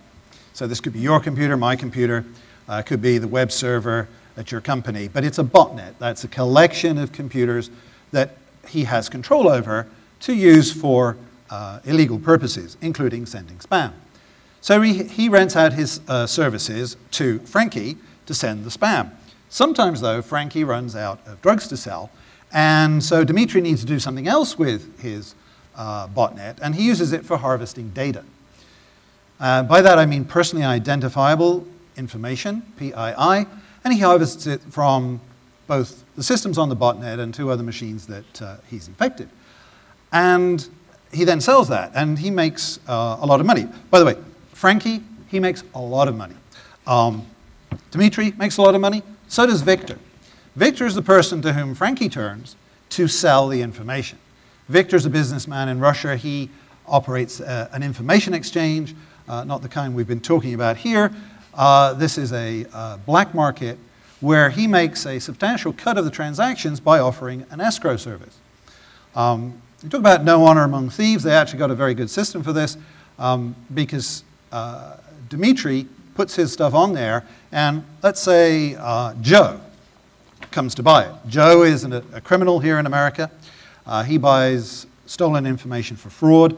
I'll talk about the kind of fraud he does in a minute, but he doesn't want to get ripped off, so Victor will actually hold the bitcoins until he gets the go-ahead from Joe to say, yes, the data that you've purchased is good. He makes quite a lot of money. He uses some of it to pay off the authorities who turn a blind eye if anybody from outside of the country complains. So Joe, what does Joe do? He buys things like stolen credit card data, your Target transaction data, the cards that you used at Target or Home Depot, which tend to go missing in the tens of millions these days.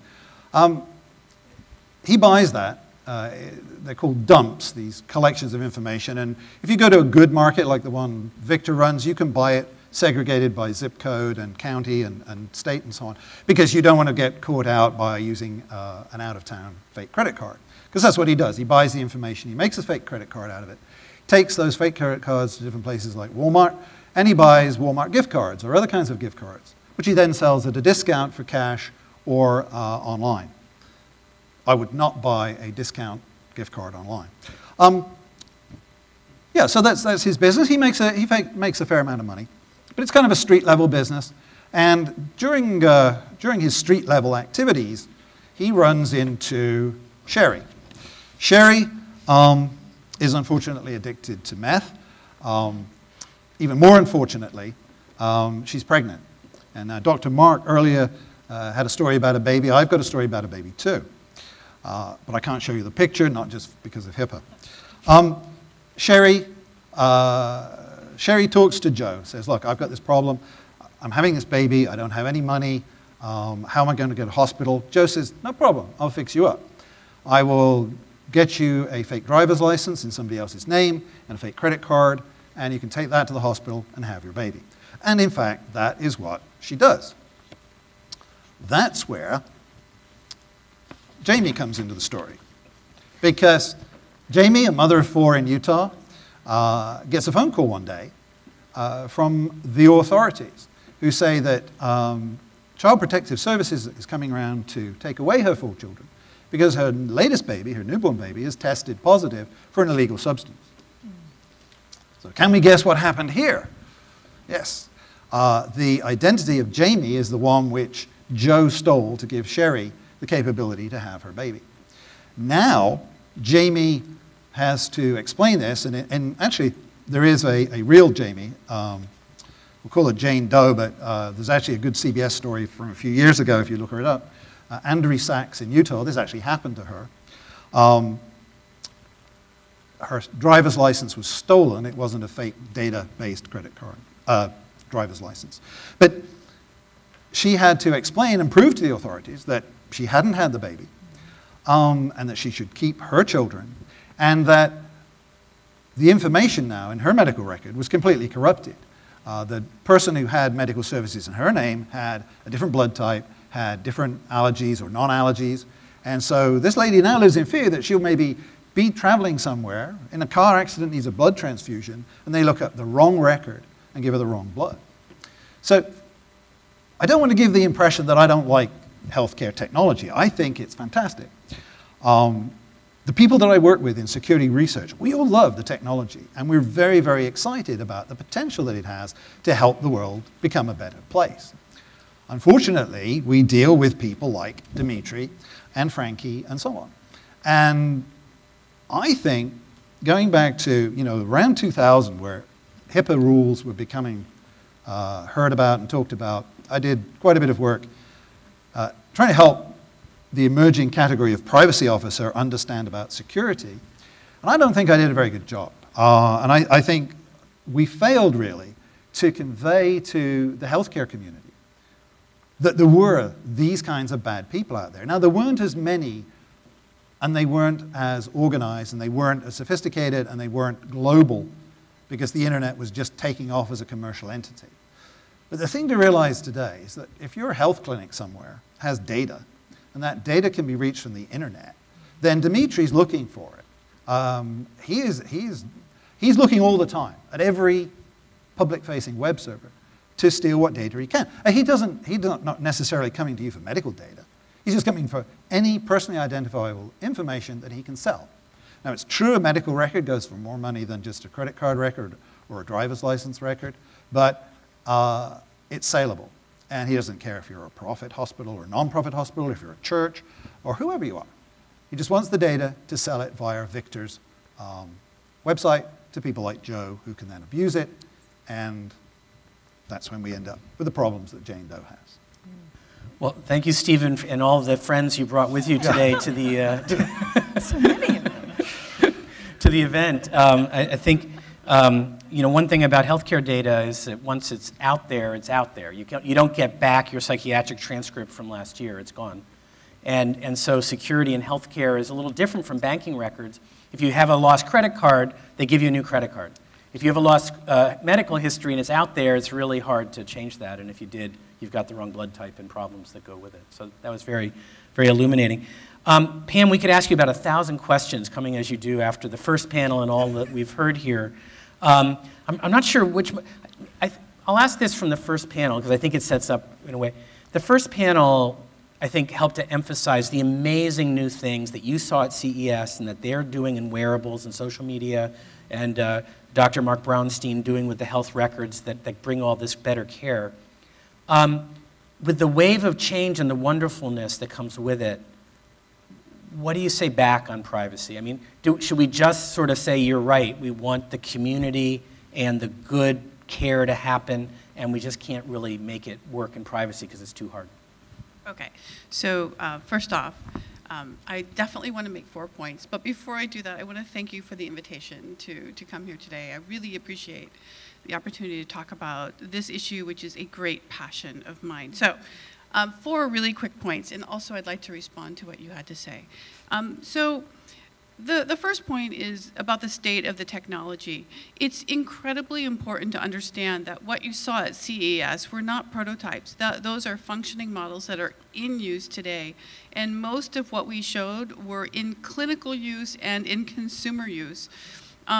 One of the technologies you saw actually measured brain waves, and they gave a deeper presentation during the health conference at CES, and they talked about the fact that they had built the biggest brain science database in the United States, and that the database included information of kids, teens, and adults, and was being used for human subject research.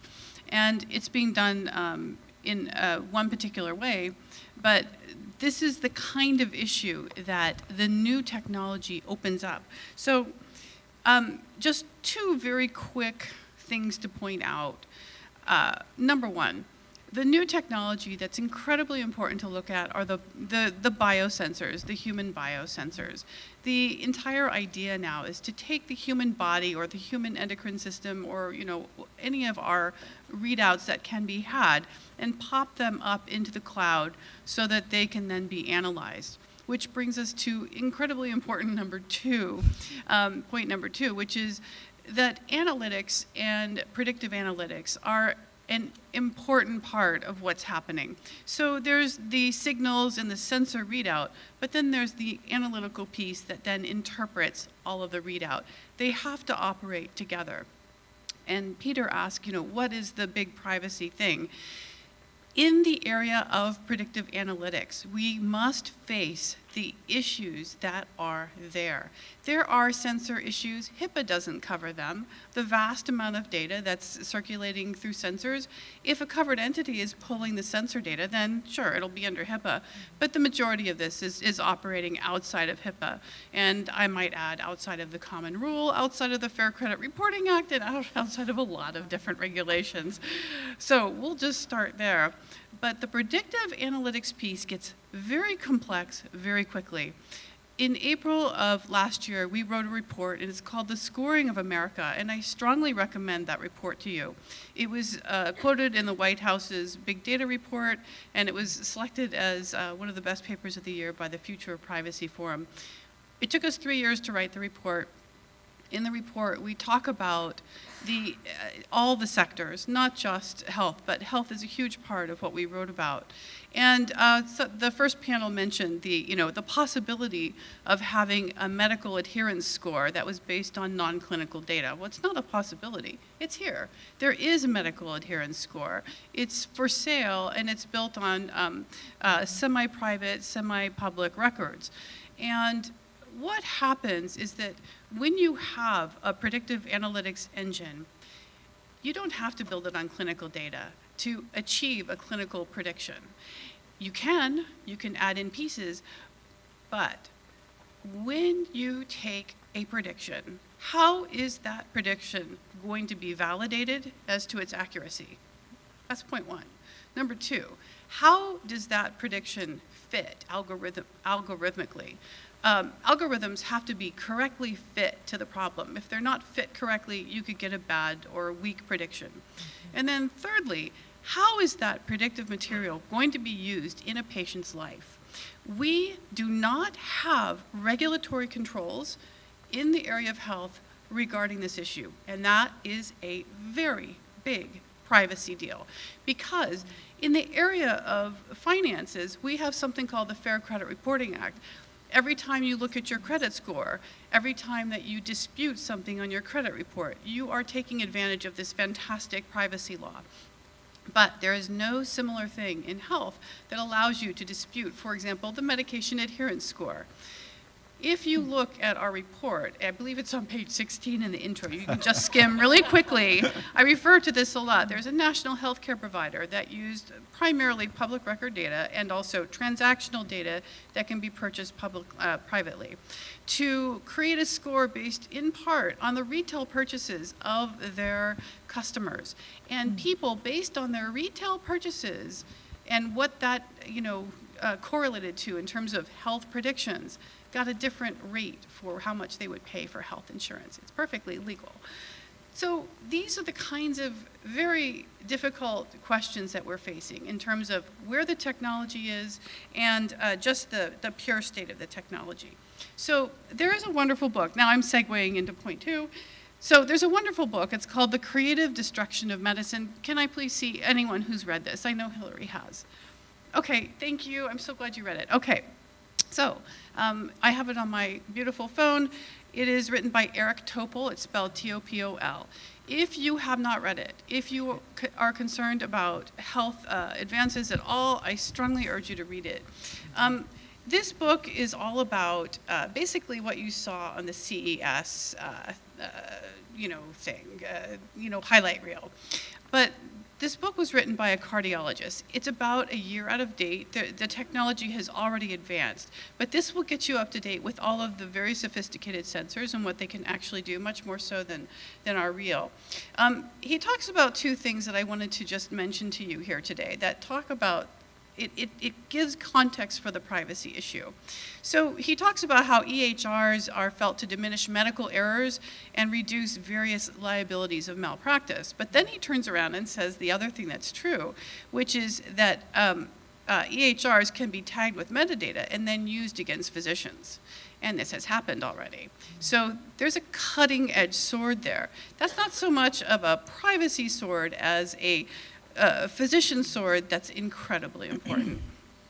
Okay, and then the other thing that's very interesting that he talked about, he said, while it cannot be guaranteed that there will never be an infringement of secure data, and he's referring to HIPAA, he said, every possible attempt needs to be made to mitigate that risk and its serious consequences. And he's basically making the strong argument that we have to face the new world that we have created, and we're in that new world now. So let's apply that idea that we must face this head on.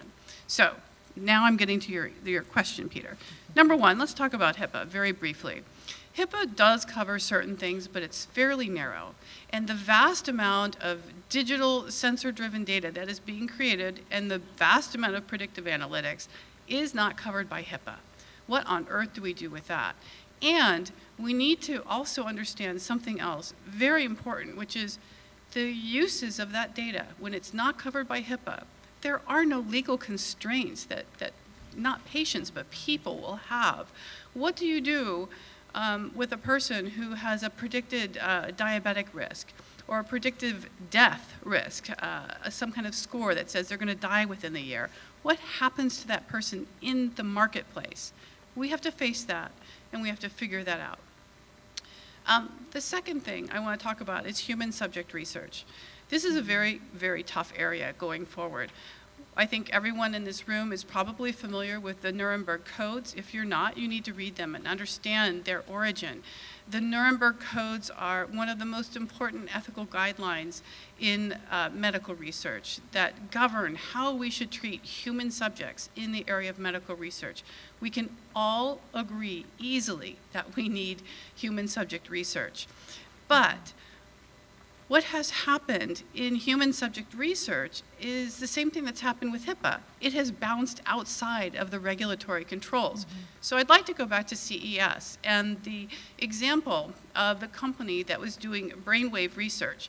So they were doing research on kids with ADHD, correlating it to the school record, which, by the way, is not covered under HIPAA. It's usually covered under FERPA, Family Educational Rights and Privacy Act, so no protection there. And it's happening outside of the human subject research protection or the common rule that most of us are very familiar with. What on earth do we do with that? What are the guidelines for commercial human subject research protection? We do not have that answer. It's a long and difficult process that will require convening of stakeholders with a very serious conversation. You talked about something very important, which was something near and dear to me, which is medical identity theft.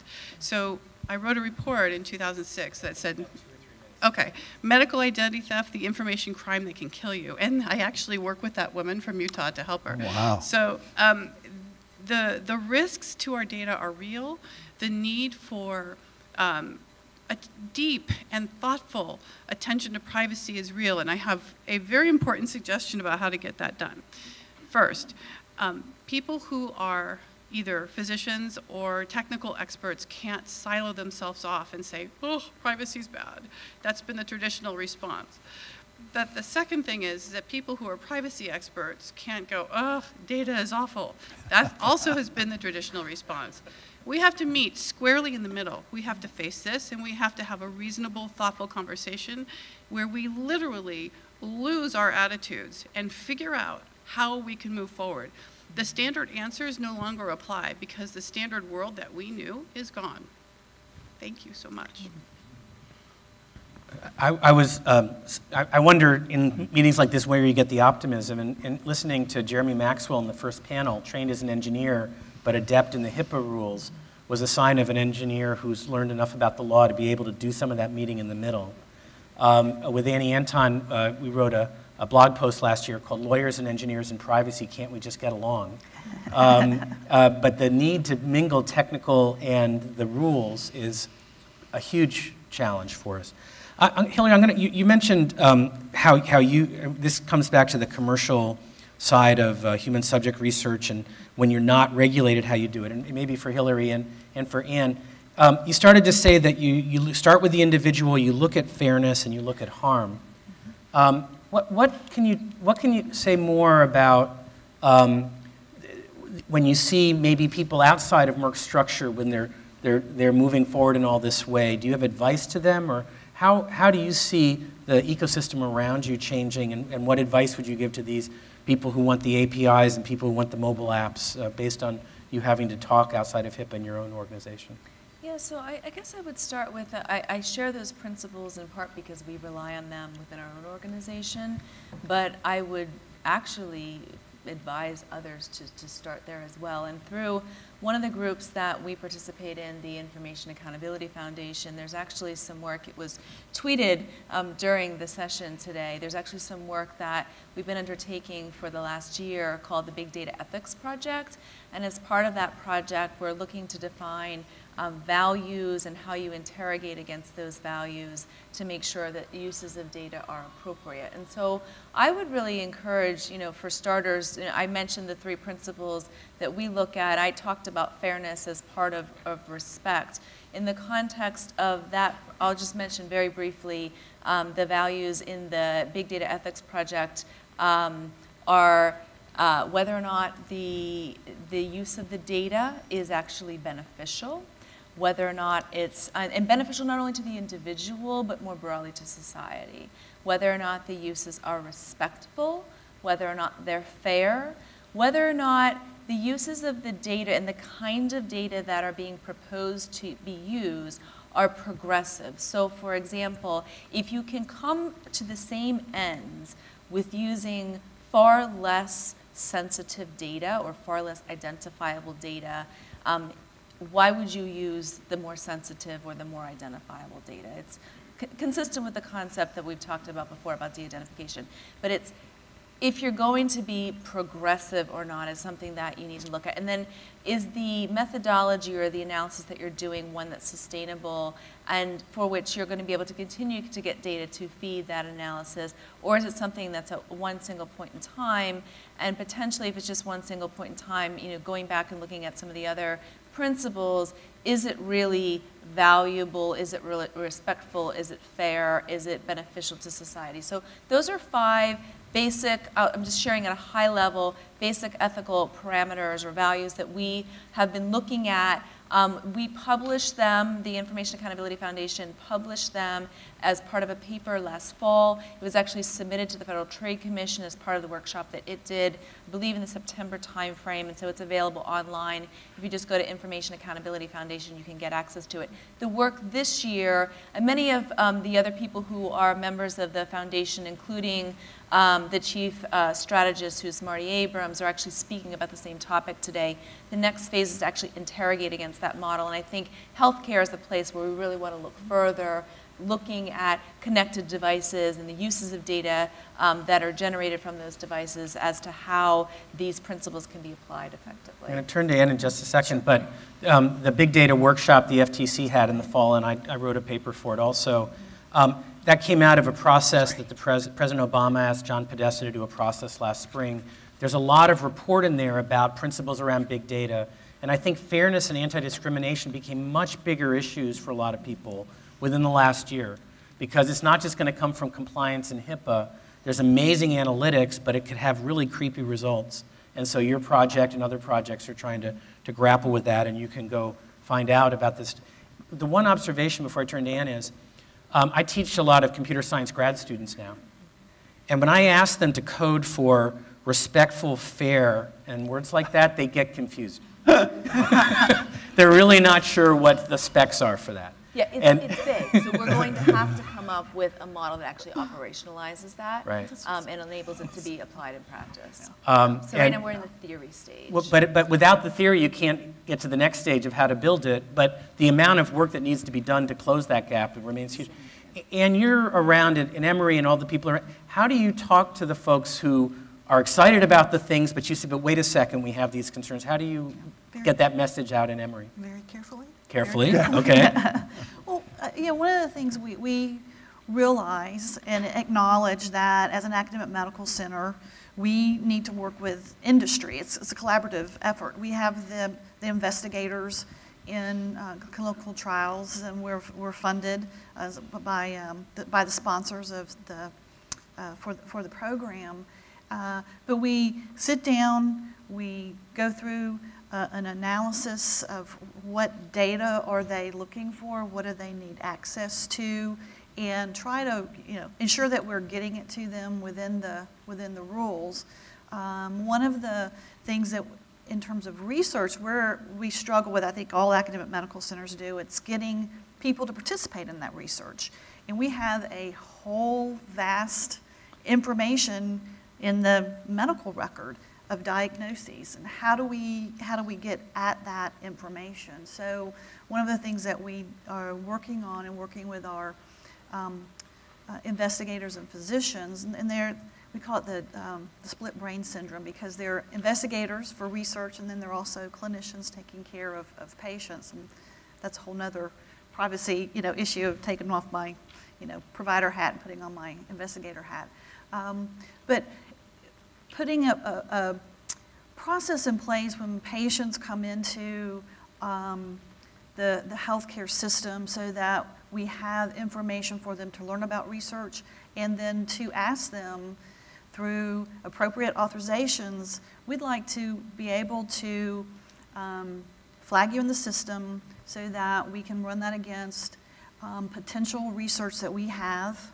And we will call you and ask you if you're interested in participating in research. And it doesn't mean you're going to be eligible, but we need to be looking at that information so that we can progress and move healthcare discoveries along. And then sometimes we just have to say, based on the rules, you cannot have that data. What we can do is we can de-identify it, and if that is helpful to you in your research, then let's find a way to do that. Then you're getting into what's the cost of that? Is there a way to do it electronically? And then once it is de-identified, and we haven't talked about this, once it's de-identified, it's not covered by this privacy or security rules. So we can use that information however we see fit, because it's not protected. One of the things that we're struggling with, and our investigators are being approached by industry, pharma, and device companies as well, is wanting access to the information. So we're looking at, do we de-identify it and give it to the industry so that they can use it? Is there a way that we can collaborate with industry so that we're giving them, I say giving them the information is being provided. Of course, it would be de-identified in that regards. And how can we do that collaboratively? So, because industry has the money, they have data analytics ability, that they can look at that and maybe give us something back that shows us a better way to take care of our patients, or the better outcomes, better anesthesia for patients based on recovery time, things like that is out there with the ability. So those are some things that we're looking at. The investigators are interested in doing and partnering, and so are we. We need each other. We need to find a way to make sure that we can share that data. The other thing is, I was just going to say that the question has come up, once it's de-identified, can we sell that de-identified data? And that's a question that a lot of academic medical centers are looking at. There's value to that, but from an ethical standpoint, is that something that we would want to do? So it's not just rules, it's not just regulations. We have to look at what's ethical, and again, in the interest of the community. Is that something that we will want to do? That's great. Yeah. So as a privacy and compliance officer, you're also enabling the mission in a bunch of ways by helping to get the right authorizations under the rule to make things happen. I'm going to ask one question to Stephen and then ask for audience questions. So who's going to have the mic when that happens? Do we have a mic floating around? We do not have a mic floating? You have time while I'm asking Stephen to find a mic. Okay. Stephen, when you have nightmares in this area around healthcare going forward, is there one or two threats that seems to be growing or that you think is sort of coming on the horizon on the security side that people should be thinking about? Yes, I think that I see a tension out there between people who are really keen to push the software and hardware out there, and the researchers who say, well, that can be hacked. And we often get this response, well, that's theoretically, you can hack that. And I would just say that pretty much all of the things that we have said theoretically could be hacked end up at some point getting commercially exploited for hacking.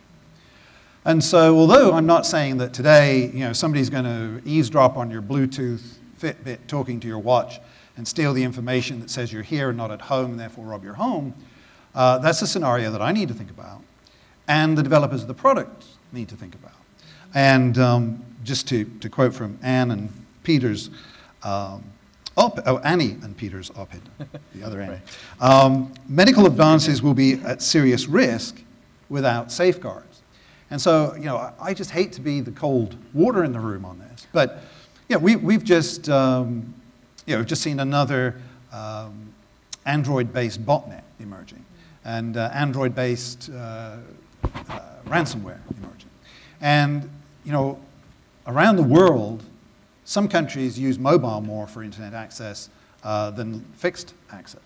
And so one of the things that ESET does, and we're in 180 countries, is we research things that are emerging elsewhere. So if you go to Brazil, which I had the pleasure of doing last year on business, 4G is everywhere. And 4G means that people are just using tablets and so on, and typically Android because it tends to be cheaper than Apple down there. And the bad guys, who in Brazil are kind of their own ecosystem because they speak Brazilian, or Portuguese as they call it over in Europe, they're developing their own strains of this stuff. And we have a Latin America research office. We look at the things that are emerging there. And as new technologies get adopted, they get abused. That just is the way it is. there's another unfortunate history, which is that people like me say when each new generation of technology comes out, we should really build in security from the beginning, and then we don't, and it has to be bolted on later, and it's not as successful. So there is a lot, actually, much better, and I mean, thank heavens for events like this to talk about these problems. There is a lot of talk around the securing of the Internet of Things, because I think people realize maybe because this is so big and it touches everybody, and of course everybody today is a computer user, which 10 years ago they weren't. There's maybe this realization greater at this point in time as the technology is being rolled out.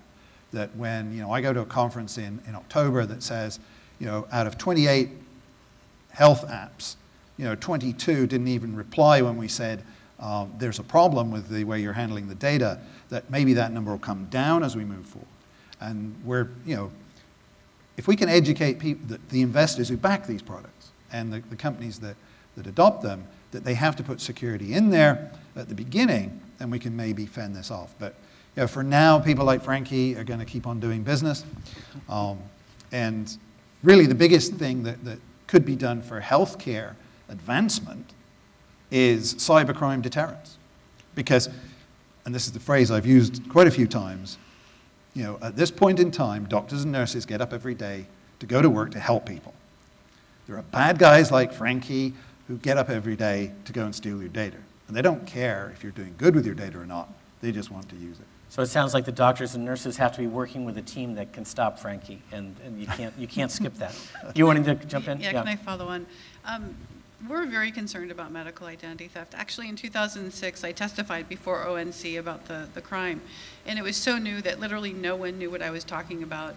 And we begged for HL7 standards to be written in to allow people to put a nationwide fraud alert for people who were victims of the crime, because the problem with medical identity theft, which you described so perfectly, is that changes to the record are introduced, and literally people will have records that reflect like they have cancer all of a sudden, or maybe they have AIDS or suicidal ideation, and none of this is true.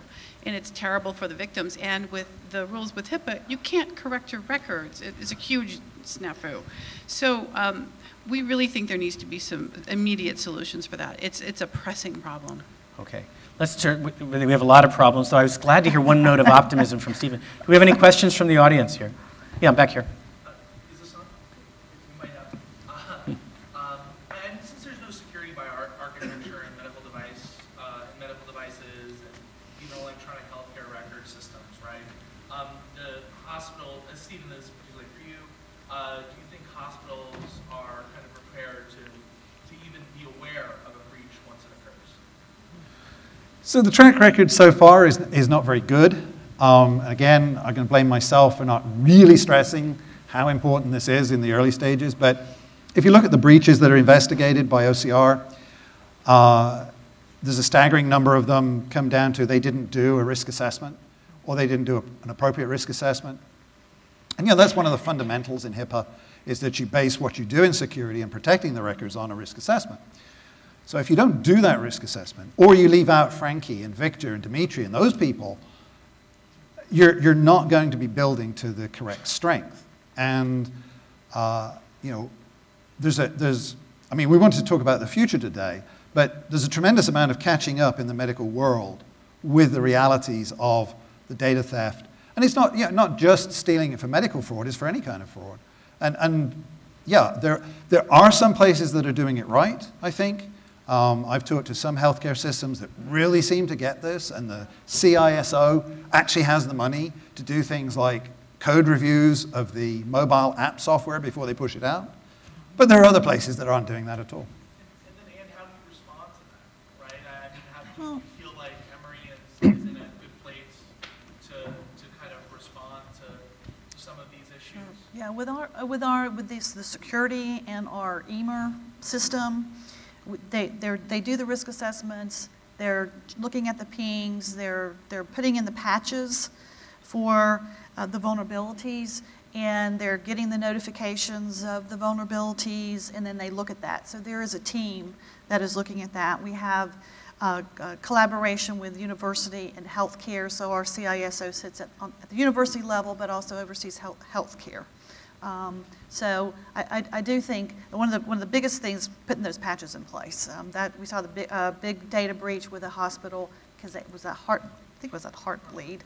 They didn't put that. They didn't have a process for putting those patches in place, and they got, even after they heard about it, they didn't check that. So the biggest thing in healthcare is not having mobile devices encrypted. Got to have them encrypted. Then you're protected from any breach of that information. And people is where your vulnerabilities are. We can get the security, but it's the people. One observation is that the data breach rule really got strengthened in 2009 for the healthcare system. And what I'm hearing maybe is echoes of where the compliance is coming in. A hospital gets caught because they didn't patch when they should have, and suddenly the $1 million fines get communicated around the organization, and patching moves up on the priority list. Is that a little bit what happens I think that's what you people, and I think OCR was making a point because they did start issuing fines because people had not done their risk assessments and they didn't have their technical security in place, or even some of their administrative security was not in place, and so it did get bumped up. That kind of fine doesn't apply the same way in the non-HIPAA world, the OCR. I mean, so we're facing questions. I mean, what happens on the mobile app side if they don't do what they should do? Is there, are they getting? Well, I mean, I would say that, any kind of violation of your privacy that you feel causes you harm due to somebody's negligence, and I am not a lawyer and I don't play one on TV, wish I could, Jeremy. But yeah, and this is something that I do think I talked about in the early days of HIPAA, is that HIPAA isn't what makes you secure. And it's not the standard to which you have to work. You have to work to secure the information against a standard of due care. Because in the end, you're going to be in court saying to a judge, well, look, Your Honor, we didn't have a firewall on this, or we didn't encrypt this because, and the judge is going to say, well, I don't know, I've heard about these firewalls, I think you should have had one of those, and you're guilty. That's where I think a lot of this will come down. Also, I think through the FTC. Talking to some of the FTC commissioners, they seem really hot on the Internet of Things. And I think they're probably quite eager to put a stake in the ground on this. And say, look, if you're collecting healthcare data, or you're collecting data off a device that's wearable, and you're putting it in the cloud, and it's not protected, and there's a leak, then we're going to come after you. Whether you can put enough encryption on every device that's in the Internet of Things to actually be secure is another whole question. That's not. Yeah, you may be up against limits. What questions do we have out here? We actually have a question from social media, and they've been very patient. They've asked a few times. We have a lot of people watching on live stream. The question was, what are the plans to erase or discard all of this data? So if you could address that question. Should we start with Emery? You have some health records. So do you just erase people's medical records as a standard? No, there are. In fact, we actually were just discussing that. For all this the electronic information, we've had a hybrid electronic medical record for many years, and now we're trying to get strictly to an electronic medical record. But there are laws in terms of how long do you have to keep a patient's medical record from the date of last service. So in the paper world, it was 10 years from the date of last service, so you could destroy everything before that time. So, but now we're talking about, and I think we could still do that. How do you delete that data out? But now, I think with research, with predictive health, that data is very valuable and very important, and we may not want to destroy that data, but we still want to make sure if we're not using for healthcare purposes, we keep it secure. So that's a great question on that one. Because we have to look at this broadly across all the different types of data that we have. Our general approach is to look at the data. What is the primary purpose for which we need it? What are potentially some secondary purposes for which we need it? Is there a defined retention period required by law? If there isn't, how long do we legitimately need it for a business purpose? And then we set a retention period. That's a process we go through as part of our privacy by design process. When we get to that retention period, the question then becomes, do we need to keep the data at all? So, for example, do we de-identify it and keep it because we want to use it for further research? And oftentimes that is the case. There are other kinds of reports that you want to be able to run over time, and you just de-identify the data to enable you to do that. But if we really don't have a legitimate business need, which is a core parameter that we look at, then we just delete it securely, obviously, is a critical component thereof. These other things, Tim? Yeah, the tricky part about that question is if you're dealing with a commercial company, I mean, your company has, it sounds like, data retention standards and procedures. Under HIPAA, there's going to be data retention standards and procedures. But for many, many companies, and I would argue an increasing number of companies, there will be no such standards. So deletion becomes a real kind of, question mark. It is certainly a question that I would love for people to ask before they allow a company to have data. But something that we actually have not talked about on the panels today is secondary use. If you go online to data broker websites, you will find lists of people with various ailments or inferred ailments. And sometimes when data has escaped its bounds, sometimes it goes off to secondary data brokers or secondary companies, and it's reused and still personally identifiable. And after that, it's really in the wild. And we do not have good solutions for this situation, this challenge at this time. I was just going to make one comment. We now have the ability to have patients access their medical record through a patient portal. So now there's certain, can't access the entire medical record yet, but there are certain components of the medical record they can access. So I would be very hesitant to take that information offline if we're still seeing and treating the patients, even if it meets the retention period of information that we haven't used in 10 years for that patient. So that's another consideration. So healthcare is an example, more than many others, where the records of myself going back to childhood really might be helpful to me in the future. What are my previous medical procedures? And if we're going to have patient control, as somebody was emphasizing earlier, and use the HIPAA access rules and the rest, having a very good long-term story, the longitudinal story for me, and longitudinal also for Framingham studies, for populations. There's reasons to have healthcare for a very long time. But that also then means if it's accessible, that's a target there for a very long time. And how to move between those two impulses is, I think, a real challenge, in this area. So it's a good and hard question. Let's go to a next question from someone who hasn't asked it yet. Yeah. Yeah. Is it just, there's a bit of fantasy, I think, in some of the comments I've been hearing, with all due respect. When you talk about taking records and trying to sanitize them so you can't tell whose record they are, we know that's almost impossible to do in practice. It's just extremely hard. And if you think by just deleting the names or addresses, you probably know this, but it's very simplistic to say that. Lots of examples exist, both theoretical and practical. The other example of how long do you keep records and then delete them, I'd say you can't delete them, ever.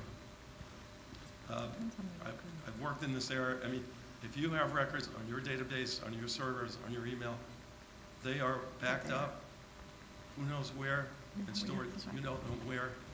It is essentially almost impossible, if not impossible, to delete those records. And I could go on, and I think these are now medical records. If we look at the bad pun, but if we look at the track record of Target, Walmart, the U.S. government, everyone else, the bad guys, your wonderful black silhouettes, are very clever and very motivated. And I think you're going to have huge problems. And if I could just end with a positive thing, I think what we need to do is, sure, use all the technology you're talking about to try to protect things. But I think we need to figure out what to do when people are compromised. I think we really need to spend a lot more time. Thank you. There's a National Research Council project on cybersecurity and resilience that goes to the last one. How do you bounce back from the breaches? And it's a bigger theme. But are there other comments people have on either you can't delete it or the re-identification is too easy? Yeah, just very quickly. There are, I think it was about 10 years ago, I said there are real theoretical limits to anonymization, and I think I'm going to stop using that term. And at this point, I really don't use the word anonymization, and I've gone back and edited things. I've even, everything I can Altered to say, history, change your say medical records. de-identification, yeah. But I would love. There are still records of the paper you wrote, anonymization. That's exactly right, and your point is well taken. And I actually like your rejoinder point. I agree with you that there really is no such thing as anonymization anymore. And as genetics come more online and get more integrated, that's really the case. And then I really like your point about there's no deletion. That's a hard truth, but I think you're right. I'm going to push back on both of those. I like to disagree with Pam because I don't get to do it too often. And so on the deletion, at the level of forensics, if I get your hard drive in my hands and you've deleted it once and you've written it over with ones and zeros randomly once, I might be smart enough to still get data off of it. So really deleting against the best forensic attacks is hard. On the other hand, a backup tape in some Merck warehouse offline somewhere, and the chances that your records will somehow be linked to that backup tape in any realistic world we live in, the risk is really low unless there's some reason that somebody's going to have access to go through all the steps to get to that hidden resource. So in a risk-based world, not is it absolutely deleted, there's a really big difference between having it up there and mounted and open to attack and having it behind layers of organizational controls where it's much harder to do it. I'm going to let Beth come in a minute and show why I'm wrong because she's got a PhD and I don't. But the second thing on de-identification, having spent a lot of time working on it, a lot of de-identification is done with organizational controls and practice. So it's going to violate audit rules and the person's going to get fired if they go in and do it. And engineers don't tend to think that's real because they can't code it. But in practice, if somebody breaks the access rules, goes in, gets caught on audit, that's an unlikely thing and they get punished in the real world for it. So there's a lot of ways in practice that the re-identification doesn't happen, even though the really smart math people might be able to do it. I'm going to go to Beth Minot to blow apart whatever I just said. Okay. So, Peter, in theory and practice are the same. In practice, they're different. Okay. So I think a you do have a PhD. Go ahead. Yeah, I think a theoretical discussion about deletion of records is fine. What I think we really need to talk about is a pragmatic discussion of the proliferation of the data one way or the other. So it's really not about the dusty tape that doesn't exist anymore in a warehouse basement of Merck. It's about the health systems that want to sell the data and the payers who have the data and its relationship to the CDC surveillance data and what employers are doing with the data and all of the third-party vendors that are using the data and over and over and over again. And if pragmatically the data is going to continue to roam around in the wild this way, which is what it's doing, theoretical discussions on what might we manage to delete seem to be moot. Go ahead, moment in yeah. response. We talked about the Internet of Things today. We didn't talk much about the fact that the FTC released a report yesterday on the Internet of Things, which I think touched upon this issue, at least the way I read it, touched upon this issue in a very helpful way. And that is recognizing that de-identification is something that people have relied on and want to continue to rely on, at least for some time. There's benefits in law to relying on it, and that's a paradigm that I think over time we'll shift away from, but for now people continue to rely on. They talked about the fact that there are a number of groups that are advocating for this use model, and I know, Pam, we talked about this a bit, and perhaps you have more to say about it. This notion of appropriate use. We have obviously certain laws that regulate use. And on some levels, HIPAA does regulate appropriate use. So treatment, payment, healthcare operations, appropriate use. You're not doing that. You're not falling in one of the required by law type exceptions or permitted by law exceptions, you have to get an authorization. But for the rest of the data, and if you're not covered by HIPAA, there is not right now, and the FTC said this in its report, right now there aren't well-established legal or either within law or within codes of conduct, standards for what is appropriate use. One of the things I'm hoping that we get to through this big data ethics project that I mentioned is ways of bringing multi-stakeholder groups together, and I know there's lots of other things that are happening at the government level, to bring multi-stakeholder groups together to establish what are appropriate uses of information. And as we get there, and it can't just be a company deciding for itself. I think the FTC mentioned that. There's other reports that talk about, it's not really appropriate for a single stakeholder to be deciding for itself if a use is appropriate or not. We need to bring people together to talk about these disparate kinds of uses of information and what is appropriate, some of which we can codify in law, but much of which is going to have to exist in codes of conduct and other ways of being enforceable that companies and other stakeholders can rely on. And that's something I think we're just at the tip of the iceberg in being able to identify what that how that should work. I thought.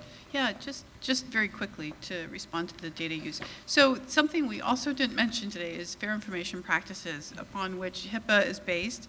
And fair information practices are a global set of broad principles on how to treat information fairly. And what's happening right now is a very pivotal moment in privacy, really on a philosophical level, and it's a really important thing to notice.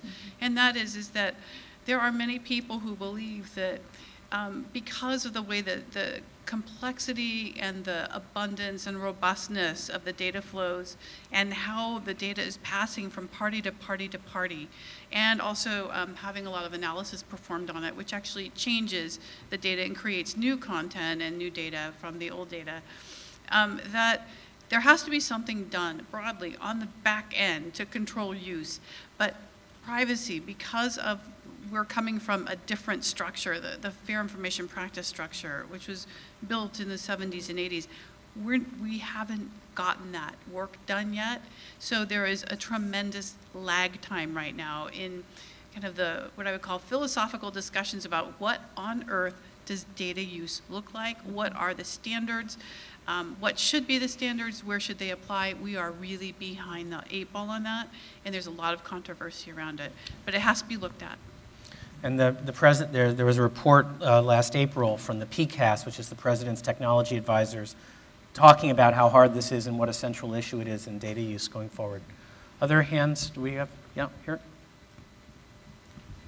Yes, hi, this is a kind of a two-part question. So when you're focusing on privacy, the main statute for today, part of that has to do with being able to audit and figure out, okay, who has access to that data and do they have the right level of privilege to access that? Should they have accessed it?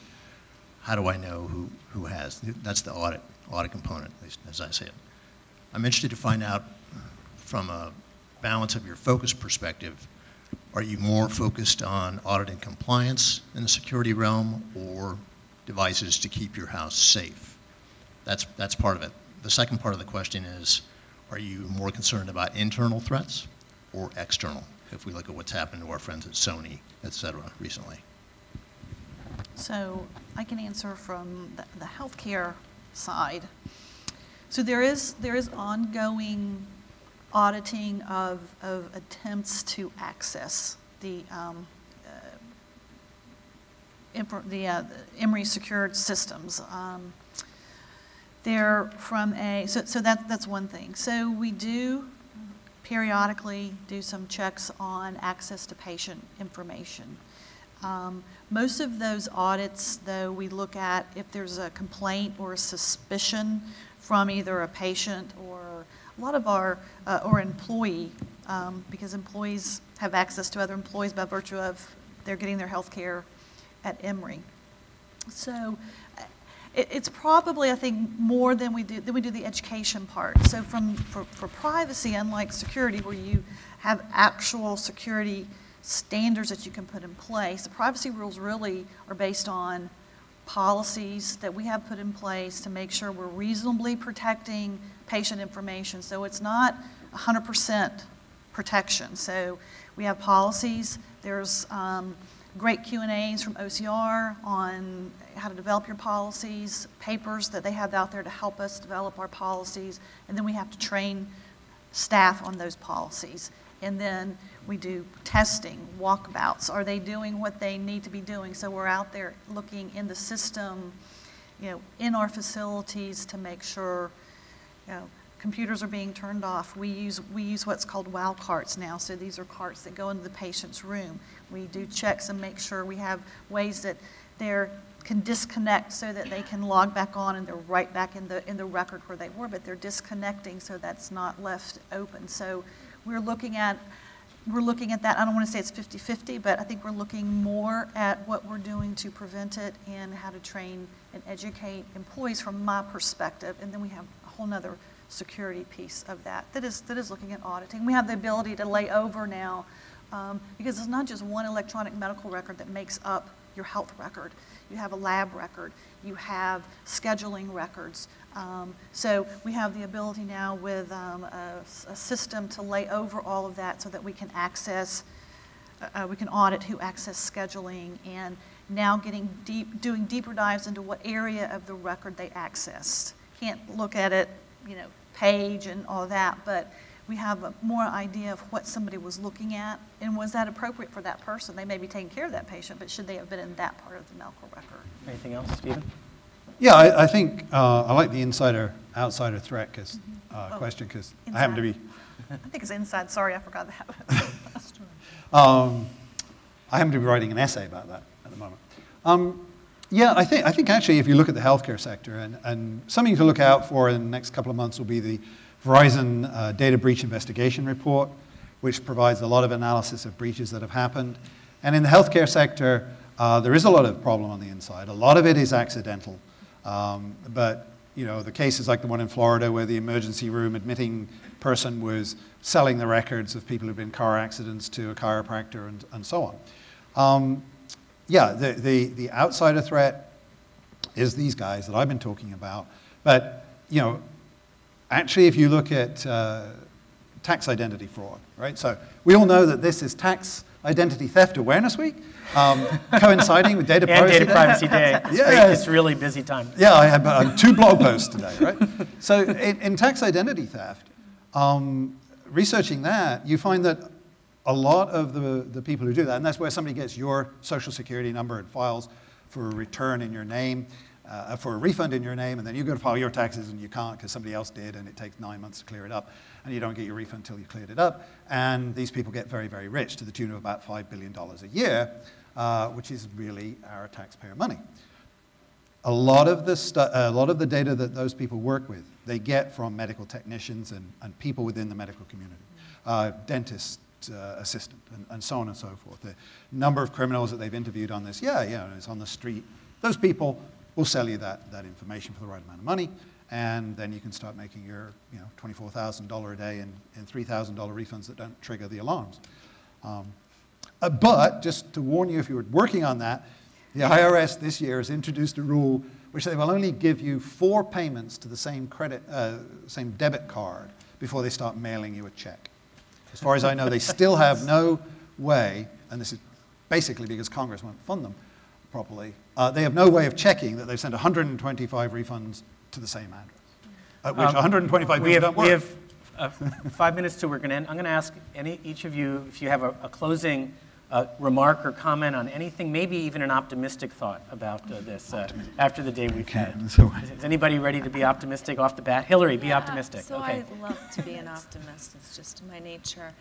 But I would say, I mean, where I think we sit right now is at the crossroads of some really great opportunity in healthcare, real opportunity to have patients be more involved and to potentially eradicate diseases that have not been able to be eradicated in the past, to find cures for certain illnesses that people have suffered from years that have not had a cure. And I think it's phenomenal that we can bring this data together to enable those opportunities. At the same time, as we've talked about, the legal framework that we're, or I should say frameworks, that we're dealing with are not really well positioned to address this new environment. And so it's really incumbent upon all of us to work together to try to figure out solutions where we can, where there is no law, to try to figure out and test solutions based on ethical principles, and also to get involved in the dialogue where we can try to affect the we'll say progression of existing law to a set of standards that will help better position the kinds of things that we want to engage in the healthcare space in the future. So that's great. That's great. No, I just appreciate being here and meeting the panel and hearing another perspective and knowing that there are resources available to me as a privacy officer who, you know, I see as my goal is to protect patients, protect that patient's information. And, you know, I will never forget a patient saying to me, and this really hit home, and this is really when I, you know, took a different perspective, is you don't care enough about me as a patient to take care of and protect my information. And so, you know, once I heard that, I mean, how do you respond to that other than, you know, we do care, and we're going to do better, and we're going to, you know, make sure that we've got, you know, it's secure, and that, you know, I had a different perspective of really what my role was. I love the little privacy. I love privacy. I heart privacy. This is a great idea. We have compliance and ethics week. There is a day a week for that. Believe there's a week for everything. And so I'm going to get these made up, and I'm going to give them to all of our providers and just and Data Privacy keep it Day aware, yeah. as an entity will be happy when that happens. So that's it. Stephen, something? Okay. Well, first of all, we can all do something, which is not buy your pills from Frankie. Although it turns out, statistically, and you mentioned a book, I'll recommend a book. If you haven't read Spam Nation by Brian Krebs, you need to read that. That will tell you basically how this system works. And actually, quite a lot of the pills that you buy turn out to be okay. You just don't know which ones they are because they're coming from heavens knows where. But if none of us responded to spam and bought nothing from it, that would take the financial engine out of a lot of this. The other thing that I'm optimistic about is that this debate, the debate not just about privacy, but also about cybercrime and cybercrime deterrence, is, you know, it was in the State of the Union address. You know, 198 words on cyber. It was fantastic. I don't necessarily agree with all of the proposals, but there's one thing, you know, when there's a gap, it's an opportunity. There's this huge gap in going after cybercrime, and it's a great opportunity, I think, if we just did more as a country to fight cybercrime, we could lower the number of people who are trying to steal our medical information or any other information. Pam? So there is a tremendous amount of goodwill in the healthcare sector to do things correctly. And there's a lot of goodwill also in the commercial sector to do things correctly. And if we are able to build on that goodwill and find ways to give people, individuals, the ability to shape and control their digital exhaust, and I believe we can do that, then we will have gone far to solving the problem. I don't believe that we can solve 100% of the problem within a year or 5 years, but I think we can make real progress. And I think that it's going to be incredibly important to find a way to work together to do that. I'm going to call Professor Anton up for closing remarks. And as that's happening, I'll give my one optimistic thing. So the International Association of Privacy Professionals is an organization that Hillary is a senior officer of, and I've done a lot of work with. This year in March, they'll cross 20,000 members globally. So the number of trained people working on these issues at Emory, at Merck, and all the different places has grown absolutely enormously over time. And so there's a growing body of expertise and goodwill, I think, to work on these issues, and I'm optimistic for that reason. So let's thank our panel very much for what you've done. Thank you. We're just going to be here a couple minutes, so why don't we sit? Okay.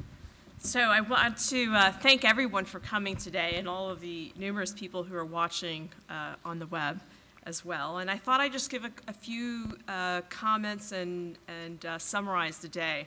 On the first panel, we heard about the different types of information that are being collected from different sources of information that we didn't traditionally think about before when we were coming up with things like HIPAA. We didn't envision the types of information that people would put online via social media as Dr. Chowdhury was speaking about, in terms of social media being a very powerful lens and sensor by which we can study the changes in medical behavior of individuals. And Professor Ray talked about how we can study things like smoking cessation and heart patients and their dietary needs using technology. And then we had Dr. Bronstein, who's a physician, and who talked about how physicians do little better than a coin toss in making decisions about healthcare treatment, and how computers can really help physicians make much better decisions. And we talked about his triple challenge of adoption, interoperability, and security and privacy, and he left us with a very interesting quote where he said, "Unquestionably, privacy is a valuable and valued social good, but so too are altruism, health, and freedom. Currently, health information policy seems to be giving too much weight to privacy at the expense of freedom and health." And so that's a real challenge for us, is we want to make sure that we ensure that we honor privacy and allow people the ability to decide how their information is used, but we also don't want to get in the way of treatment for patients, for instance. And then we had Dr. Maxwell from HHS telling us that hopefully by the end of this week we will have ONC release their interoperability 10-year roadmap. And I think he's a brilliant example of a trained engineer who really is very familiar with the law, and he's bridging the gap between both of those communities in a great way, and we thank him for serving our nation in that way. And Dr. Minot, in her wonderful, wonderful style as always, is one of a tremendous moderator. She emphasized how we're really at the edge of a slippery slope where healthcare researchers have less access to data that can lead to new breakthroughs in healthcare advances, and yet we also are really interested in making sure that we're protecting the privacy of individuals. And so it's a real challenge for us. I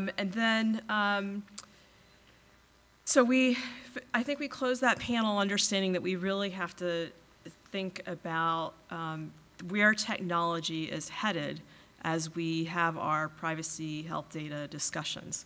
And it's not so much where it's headed and we'd like to think 5 years out, but the fact of the matter is when we saw the video from the Consumer Electronics Show, it's here, it's now, and we need to really jump on top of that.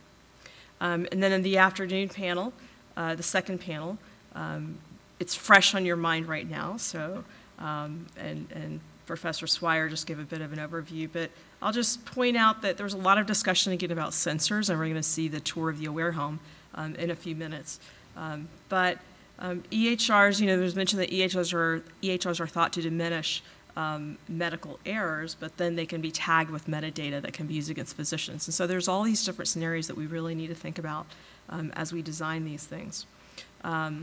I think we all have a much better understanding that HIPAA was very narrow, and at the time that it was designed, it seemed appropriate and sufficient, but we're collecting data from a lot more sources now, from sensors and from devices, and we need to perhaps rethink that. And so my hope is that maybe a year from now, we're discussing best practices rather than do we need regulation and what should the codes of conduct be, and do we need codes of ethics pertaining to how we use this kind of data. And so that's my hope for the future. Let's actively work on that so that's the state we're at a year from now on Data Privacy Day. In closing, I'd like to thank a few people, individuals. We thanked our sponsors earlier. Wanda Purrington in the back of the room has really, I just handed this to her and she did everything. She has just been tremendous, and she worked very closely with the folks at the Data Privacy Day, so at NCSA. So Tiffany Barrett, Wanda, and if these people could stand up. Wanda. Come on, Wanda, there you go, okay. Tiffany Barrett. Yeah. Lisa, right over here, Tiffany, thank you so much. Lisa Tuminello and Kara Wright. So we want to thank all of you because this day would not have been possible without the four of you.